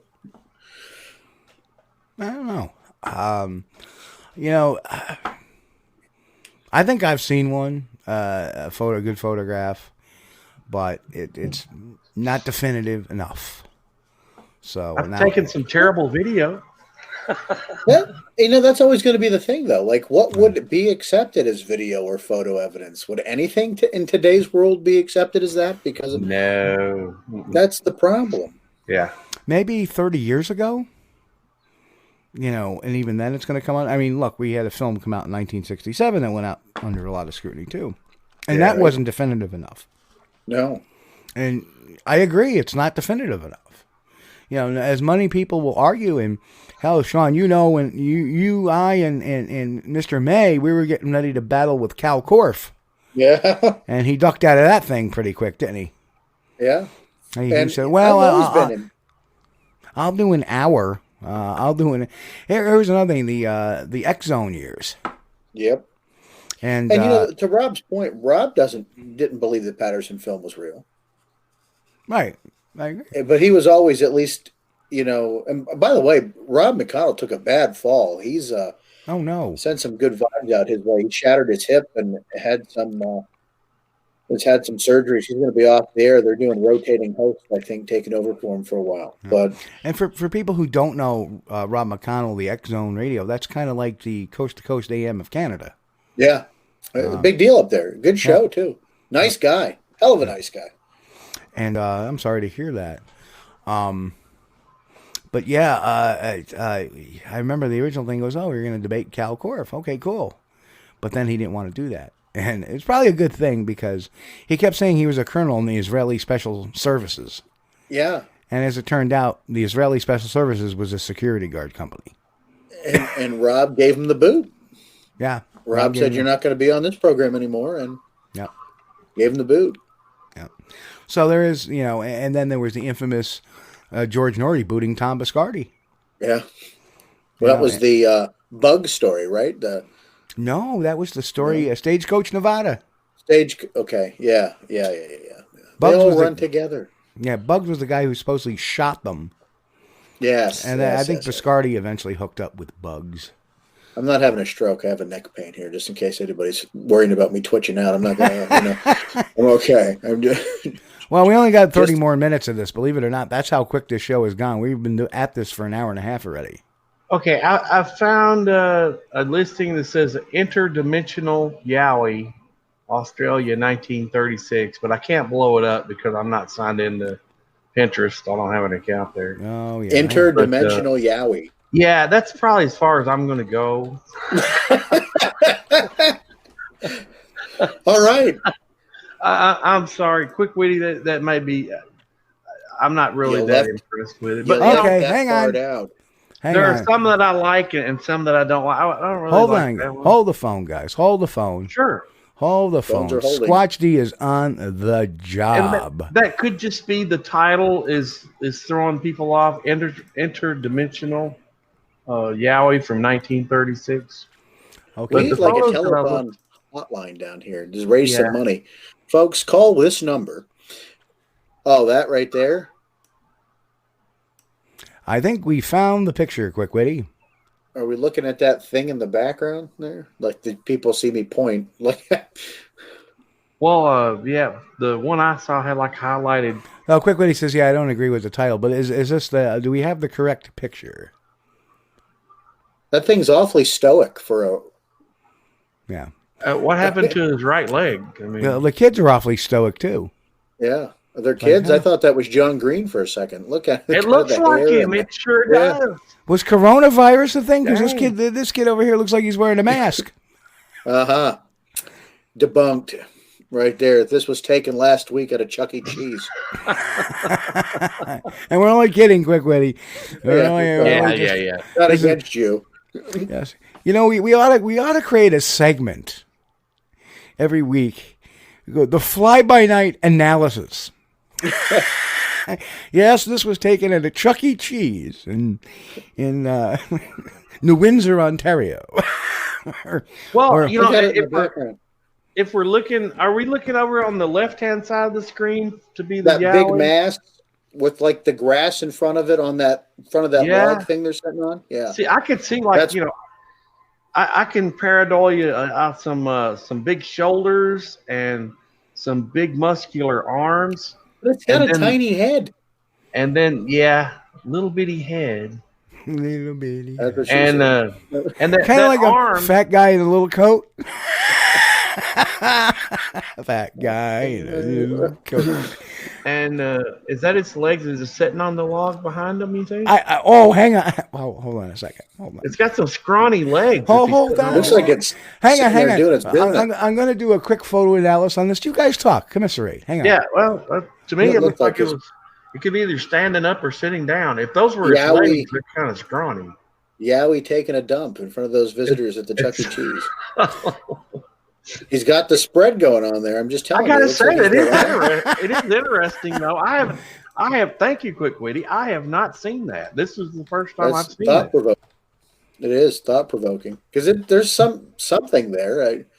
Could be a carving or a carved statue of some sort. Of course, it would still be there. Nah, maybe not. Who knows? People move statues. They get torn down.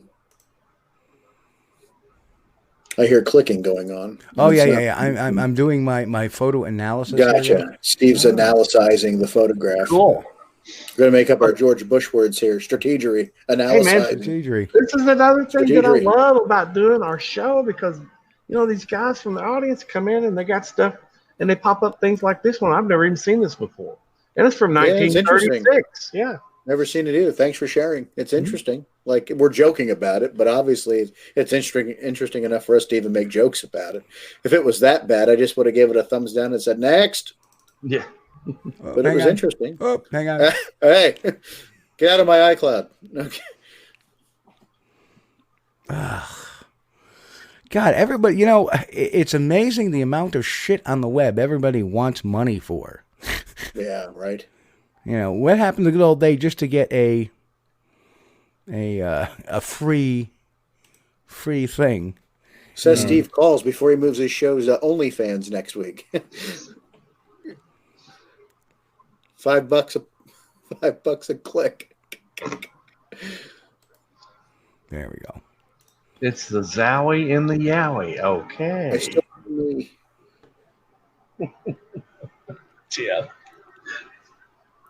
What is he doing?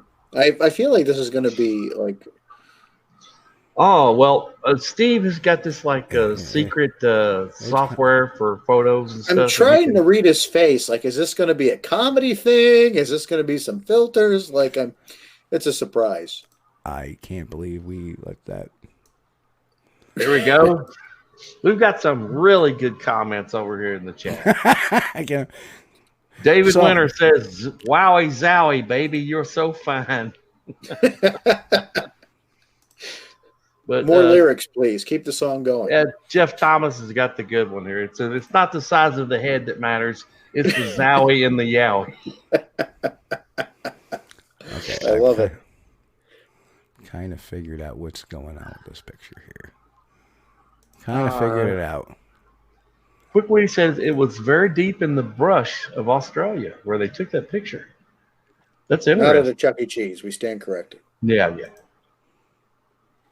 And something is not working properly. Of course not. Why would it work properly?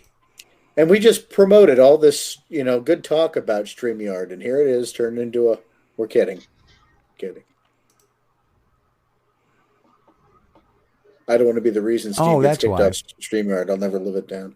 No, we all get kicked off of StreamYard. That's the reason why. Dang and Abbott and Farson. This week's show brought to you by, what was that soap? Lifebuoy?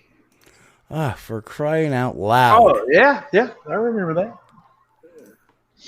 I was trying to do things on the fly sometimes is a little bit difficult. I was on YouTube the other day. Of course, it was cold, so I'm inside, and I was looking, and it was like commercials from the 1970s, and I just clicked on it. What the heck? And man, it brought back so many memories. I used to watch when I was a kid. There was like show commercials that came on Saturday morning, like. What was it? The Life cereal with Mikey. Hey, Mikey, he won't eat it. He eats everything. So here's the original picture, folks. Oh, yeah. Right. And I figured out what's going on in the picture. It's not made for kids. Not made for kids at all. He was taking a dump. No. Listen, He was. Sean? We got it. I got it. I saw a chimpanzee do something similar at the zoo.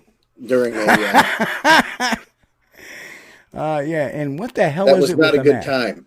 No, that's... But the worst part is my wife goes, "Why did you focus on the chimpanzee so long in the video?" I said, now that's a thought that's going to fester. That one. Why did I focus on the chimpanzee for so? I couldn't believe it. Perverted little bastard. That's. But is that the person on the right? Why are they? What is that? Is a mask on their face or what? What is that? It does look like a mask.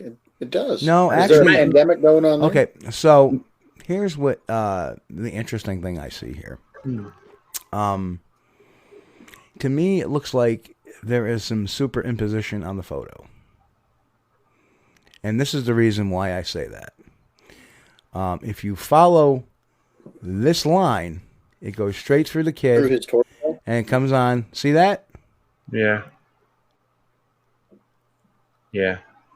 Okay. The other thing, too, is if you notice, you can still see his face here. Mm-hmm. Very carefully.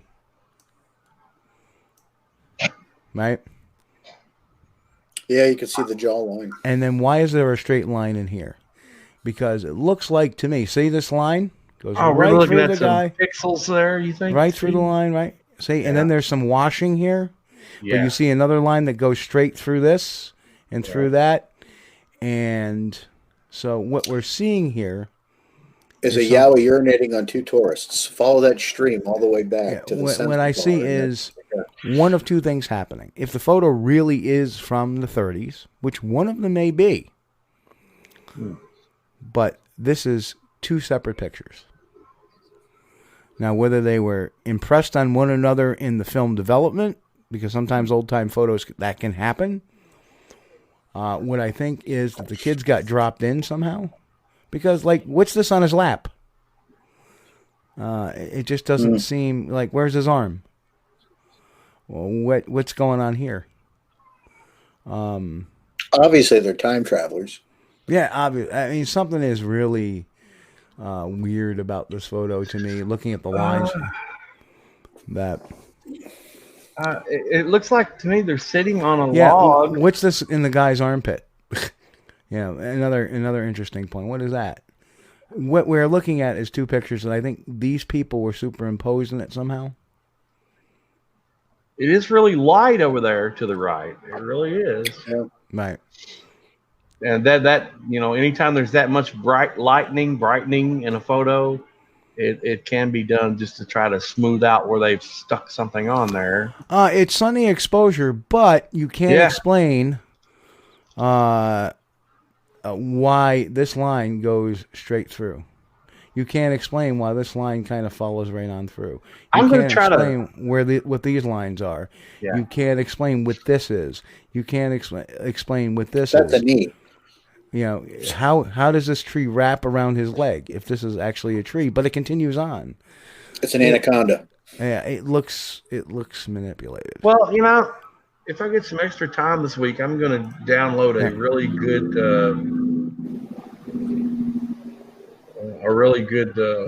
version of this, something that's got a lot of memory.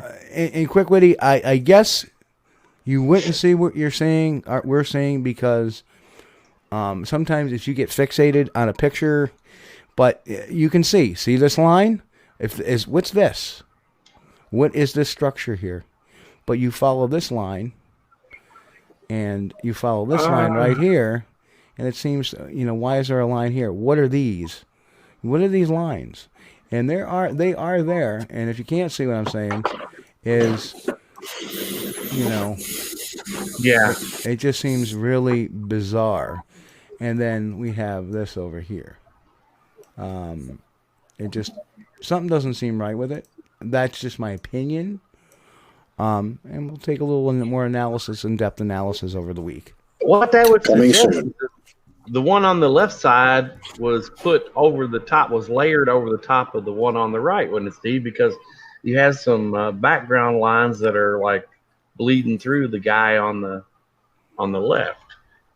Those horizontal lines going across. Yeah, Well, this is really interesting, though.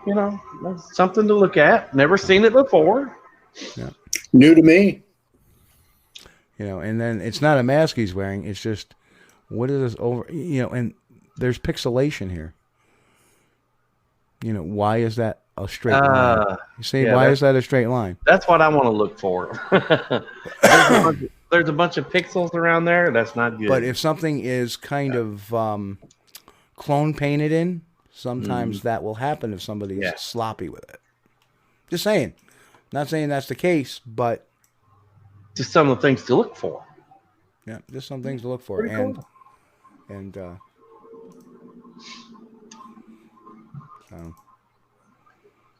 It's more credible that do some research on the photo and history behind it. More credible than Patterson. Well, I don't know. Well, I guess that would be a matter of opinion too. Yeah. Like what I'm seeing here is a bush. I don't even see a leg, but some people could say, well, if the leg is behind the bush. Okay. Or, it could be standing. That would make it kind of short, though, if he was standing, wouldn't it? Because they're sitting down. Yeah, but, to me,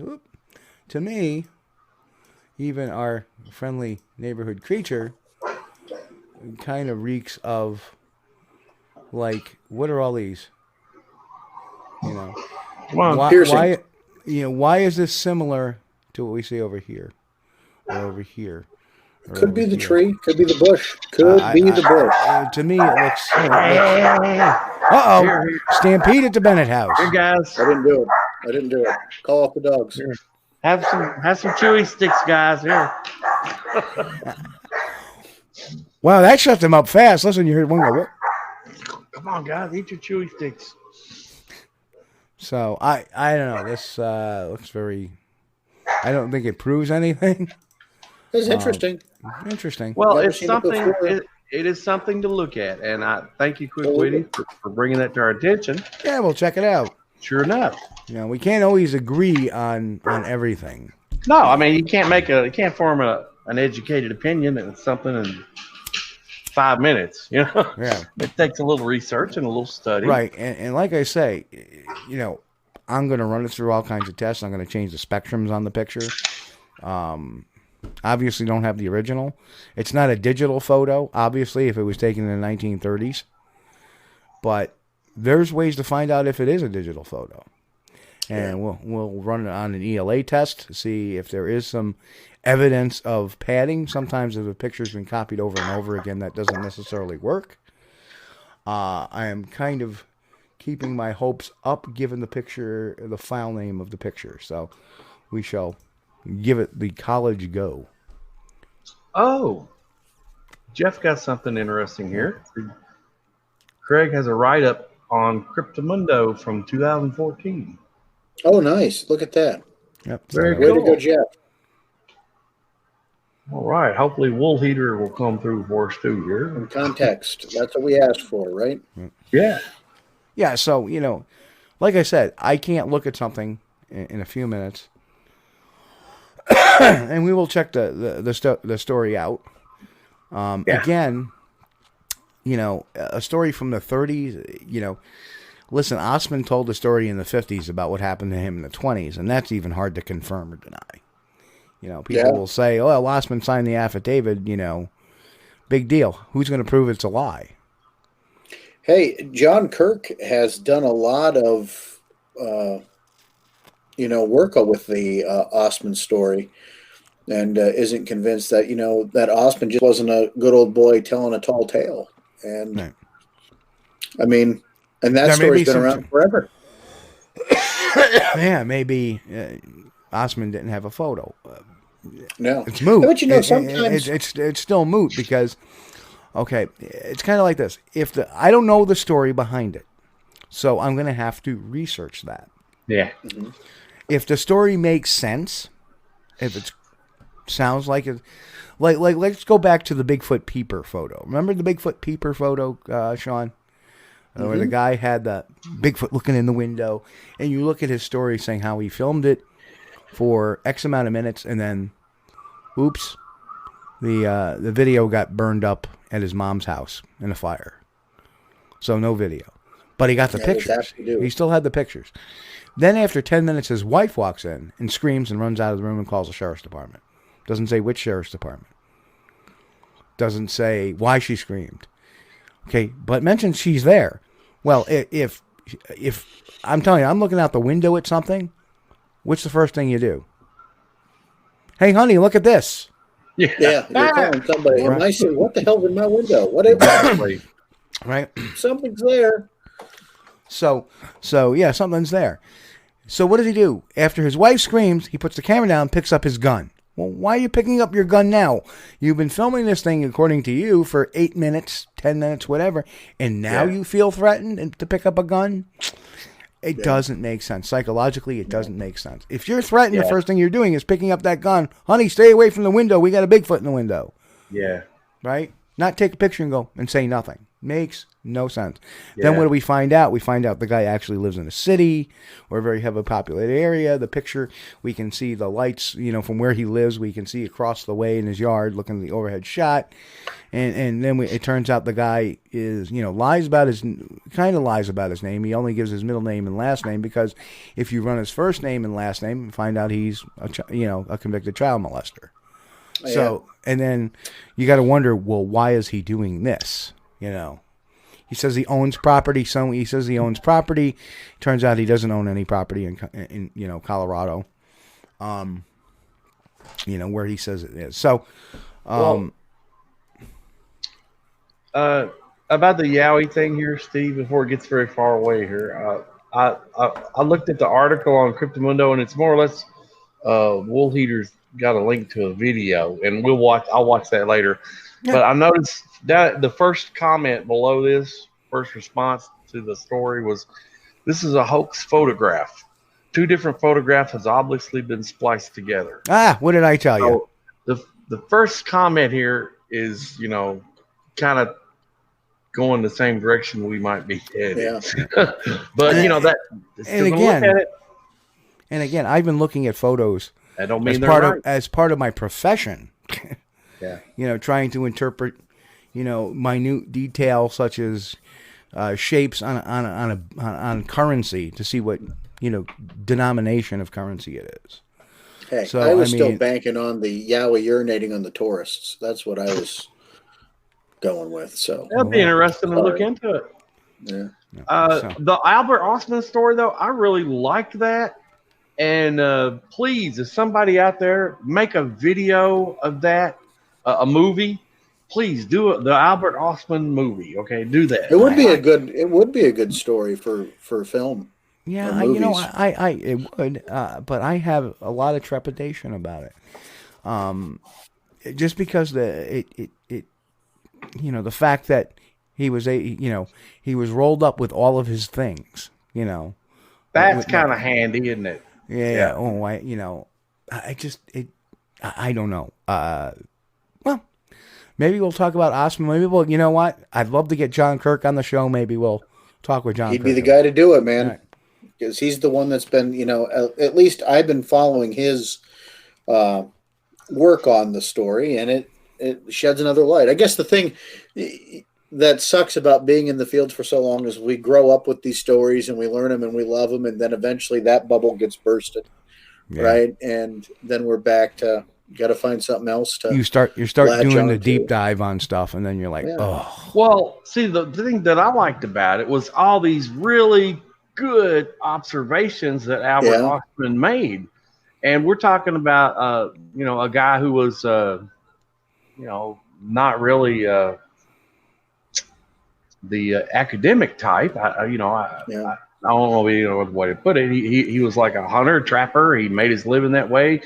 He panned gold. He worked in storehouses and stuff to get enough money to go pan some more gold. So, you know, when he's describing this behavior that is really familiar, I mean, really similar to what a gorilla would be, like the long stem sweet grasses that they would Right. eat the roots. Yeah. but here's my whole issue with that. His descriptions are great, but you know, why did he wait 30 years to tell a story? I mean, that's a lot of practice. Yes, That's it a is. lot of time to figure out Yes, it and is. learn and say, you know what, I'm gonna, you know, I read about the Sasquatch. Let me make a story about its description. Yes, very good, very well. You know, put out. if anything is more authentic than anything else, it's the story of Jacko. Yeah. Yeah. You know, because that came out in a newspaper and it was, you know, it was there. Boom, done. I mean, it wasn't stuff that came out 30 years later. Mullicat Harry, again, you know, 1920s, same year as the Osman affair. Who knows? Maybe Osman read the Mullicat Harry story and decided, well, you know what? I'm going to create this yarn about me in 1924 Possible. as well. Yeah. Very Don't possible. know. I find it suspect on a lot of issues. But And you know, and although I love John Green, and he was a journalist, but by no means was he a person who's been trained in forensic interviewing. you remember the thing about the Jacko story too, though, the way that he would break a stick by twisting it, Yep. wrenching Exactly. it. No, that was pretty cool. Yeah. Fascinating. People are saying that they're, you know, John Kirk doesn't like podcasts or anything like that, and he's kind of shied away from doing conferences. He'll do them. Yeah. He's always been willing to come on with me. I'm sure he would with you, Steve, if Yeah. it was compelling enough to get him to do it. Like, Yeah. it would be worth the ask, right? All you could do is ask. Yeah. Yep. I would love to see John Kirk out with Les Stroud rather than. Absolutely. Yeah, you know, OT got a point here: rifle or pistol only. But then again, a pocket knife is normal for me all over. Yeah, you know, if I had been out sleeping in the woods and something had been messing around with my camp at night, regardless of what I thought it was, I would Yeah, have probably had the pistol on in the sleeping bag. You know, or at least No, with me. you know what? Here's the thing. Here's the thing. Maybe you would keep a pistol in a sleeping bag, but for me, you got to get your. It'd probably be easier to pull your hand out of the sleeping bag, grab the pistol next to you, and use it, rather than trying to have the pistol in you with your sleeping bag and trying to pull it out out of the holster, it's more liable, gun safety here. You're more liable to discharge it trying to get it out of the sleeping bag and out. Right? I mean, I have a bad dream and wake up. And why am I shot in the leg? It's the same thing. Did he have a rifle with him? He said, or something? He had a rifle. Yes. Well, why would you keep your rifle in a sleeping bag? Because now you got to pull this thing out. You got to get yourself out of the sleeping bag and pull it out. That's true. Rather than getting your arms out, grabbing it, and going like that. So to me, it doesn't show good. Well, that's some of the things that I agree that I didn't like about it was rather convenient for him to have all his food and supplies, with him in his sleeping bag and his rifle and his snuff. I mean, come on, dude. Everything. Gotta have that tobacco. That's pretty convenient. Yeah, I put a little snuff in there, and I got. So because that's the first thing I'm going to do when I'm abducted by a Bigfoot is put in a dip. Let's face it. We've seen a scientist by the name of Dr. Warren Cook, anthropologist who was Castleton State University, was my mentor's mentor. He was fooled by the Marxes, Ivan Marx. He said, even though this doesn't conform to what we expect a Sasquatch to look like, these people, were very downright nice to me and honest with me, and, I can't see them pulling this off as a hoax. Well, con men, as I remind everybody, con men don't win the game of influence by being nasty or mean or contrite. Yeah, they charm the hell out of you. Charm, hospitality, and caring. Well, at the very least, he could, I don't know if he had another sighting, though. He could at least tell them, hey, guys, you may have something here, but that doesn't look like what I saw. And that's the only kind way to say it, I think. And unfortunately, you know what time it is, Chris? Oh, we did it again, didn't we? You know what? Ran out the clock. 2 hours. And Chris bitches at me. Maybe 2 hours is too long. Then we have a night like this. Yeah. How about we could go on for days? Yeah, or last week with Charlie Raymond. We just get into this conversation. Next thing, boom, where'd the time go? It's done. So. Yeah. And sorry for getting off track a little bit tonight, folks. But hey, at least we didn't talk about Star Wars and the Mandalorian this time. Oh, did you see the episode this week? It was great. Yeah, it was great. I think it was the best one yet. Yeah. I didn't think last week's episode could be beat, but this one was beat. This one beat it. Getting good.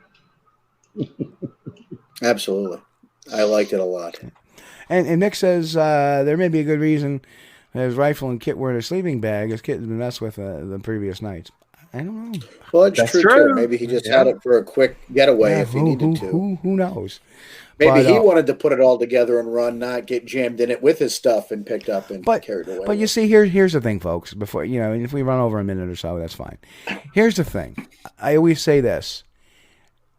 These are the questions people need to ask. You need to have this little bit of reservation in your mind. Yeah. Now, if somebody comes to me and I say, it's a very mundane, I was driving down the road and there it is, I saw it across the road. What's the first thing we do? We try to rule out something else, isn't it? We try to rule out maybe it was deer, moose, elk, whatever. And if it's not, okay, let's look around for some tracks. All right, we either find tracks, we don't find tracks, we find, that's what we do. So even in these historical cases, we got to look at it and have some objectivity with it. Not saying he was lying, not saying he was telling the truth. These are questions that I have, and let's look at, okay, maybe that, so Mick, that answers that question and stuff. And that's what, okay, maybe that's why he did it. But it just seems kind of weird, because if he's going to use it, why, and in the sleeping bag? Whether it's true or not, I like the story. I really do. And I would love to see a movie. Again, please, somebody that makes movies, make one. Joe Nickel, the great, and even Ben Radford, will tell you that they love the topic. Yeah. Even though they don't believe and they're skeptics, it's damned interesting. And that's the way we should be looking at this. Yep. But, Sean, what do you want to pitch this week? SasquatchExperience.com. Just go visit. We're doing a lot more than just the podcast on there. We're blogging and all that other fun stuff. Trying to make it a little community type deal where we can, just do more than, listen to us each and every week. We got a Patreon on there. We got a couple supporters that are shoving some dough our way, which is kind of nice. And I think after the holiday, we're going to come back pretty regularly. Holiday makes it tough for so many of us, but some cool things stopping by. But sasquatchexperience.com. And just go to my Facebook page, Sean Forker. You can always find me by going to my name. And I'm going to do a shameless plug right now, too. We have a Patreon page as well. Help support the show, patreon.com/Squatch-D TV fans. And we'll be doing some stuff in there. Once we start getting patrons, we're going to start adding content to that as well. So, Special secret stuff. There we go. So anyway, Sean, thank you for coming on, man. It's been a long time coming. We always got to have the fork on once a year or so, just to get in and have a little laugh, go down memory lane for folks who haven't heard memory lane.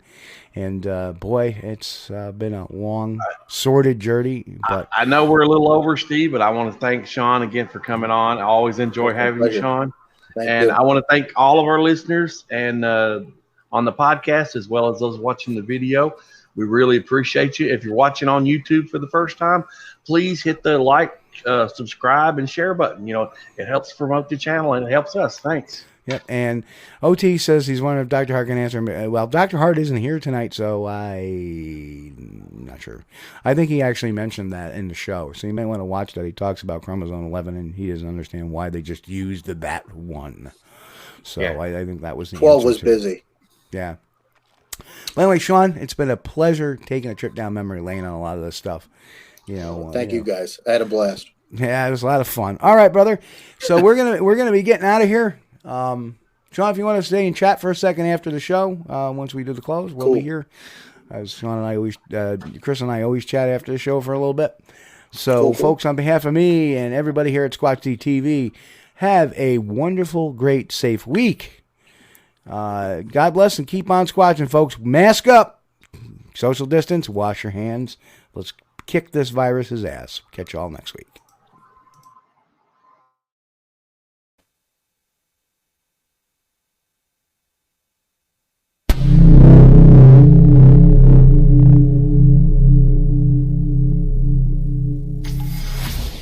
Folks, you've been watching Squatch-D TV.